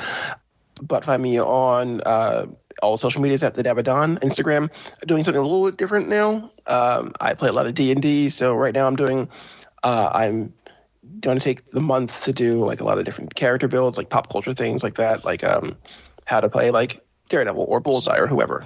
Oh, Ian, hold on, one more thing real quick. Yeah. My birthday's we're recording this on what day is this? Thursday? My birthday's on a Saturday. I'm taking donations for the Children's Hospital of Philadelphia also. So if you go to their website, donate, just do that for me, please, guys. Sounds like a plan. And Casina, where you at? I'm on YouTube as BK's Bullets. Lots of content coming out this week. And I'm on Twitter as Casina B. So if you want to find my BK's Bullets, I'm now promoting it on there. So there you go. Ian, Raph, Brandon, Donovan, you have no fucking excuse. Leave a comment. Watch a damn video. I watch your video. There's no comment. I watched your Three Jokers video. I should leave a comment. Leave a damn comment. Let me know my buddies were there. Come on. I will leave. I will leave. All right. I'll like and subscribe and hit the bell. Yes, I will leave a comment. I will not tell you which video is going to be on, nor will I tell you when it's going to happen. But you will know because I will do it. I will know. I'll get a notification as soon as you do. Oh yeah, right. Once you click that notification bell, ding, like and subscribe. All right. I'm on Twitter at @am_sci-fi. That's the Instagram as well. You can find me, of course, on the Comic Geek Speak podcast over at comicgeekspeak.com. And depending on when this episode comes out, we will be having a 15th anniversary Zoom call for Comic Geek Speak. If you want to try to be as close to a super show recording as possible without actually being in person, this is probably going to be that. So expect comic talk and loosey-goosey, wibbly-wobbly, timey-wimey stuff, rather than, hey, remember 15 years ago? I remember. Because it's not going to be that type of thing. For that matter, the email address for Comic Timing is comictiming@gmail.com, facebook.com/comictiming for any conversation you'd like to have with us. And Brent will post his BK's Bullets videos as they come out there as well. Proud members of the Comics Podcast Network over at comicspodcast.com. Stay tuned for changes on the Comics Podcast Network happening in the new year, and we'll give you further information on that if and when it does happen. And that's that. So for Donovan, for Brandon, for Brent, I'm Ian Levinstein, reminding everybody out there that there's always time for comics. Unless you're Ian and don't read them anymore. And I do read comics, goddammit. I'm just lazy. Comics, what are those? I don't read comics, guys. Those are for children.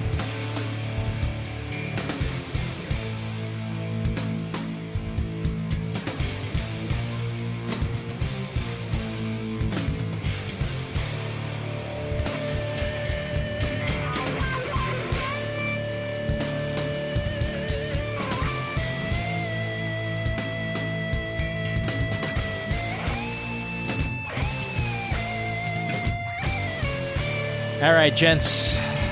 I will. That was fun. Oh yeah, that was awesome. Good times as always. I'll have this thing out no later than early next week because I got a bunch of shit to do tonight for a CGS. You said you were editing tonight, and you got to get it out for Brandon's birthday. Oh God, come on. I'm gonna do my best to have it out by this weekend. If not, then Monday or Tuesday at the earliest. Because I have a CGS in the can that has to be out tonight because I got to announce the Zoom thing. So that's that takes high priority, unfortunately. But the children, literally the children.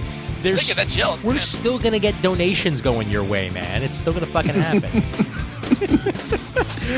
All right, guys. Have a good rest of your night, and I'll talk to you guys soon.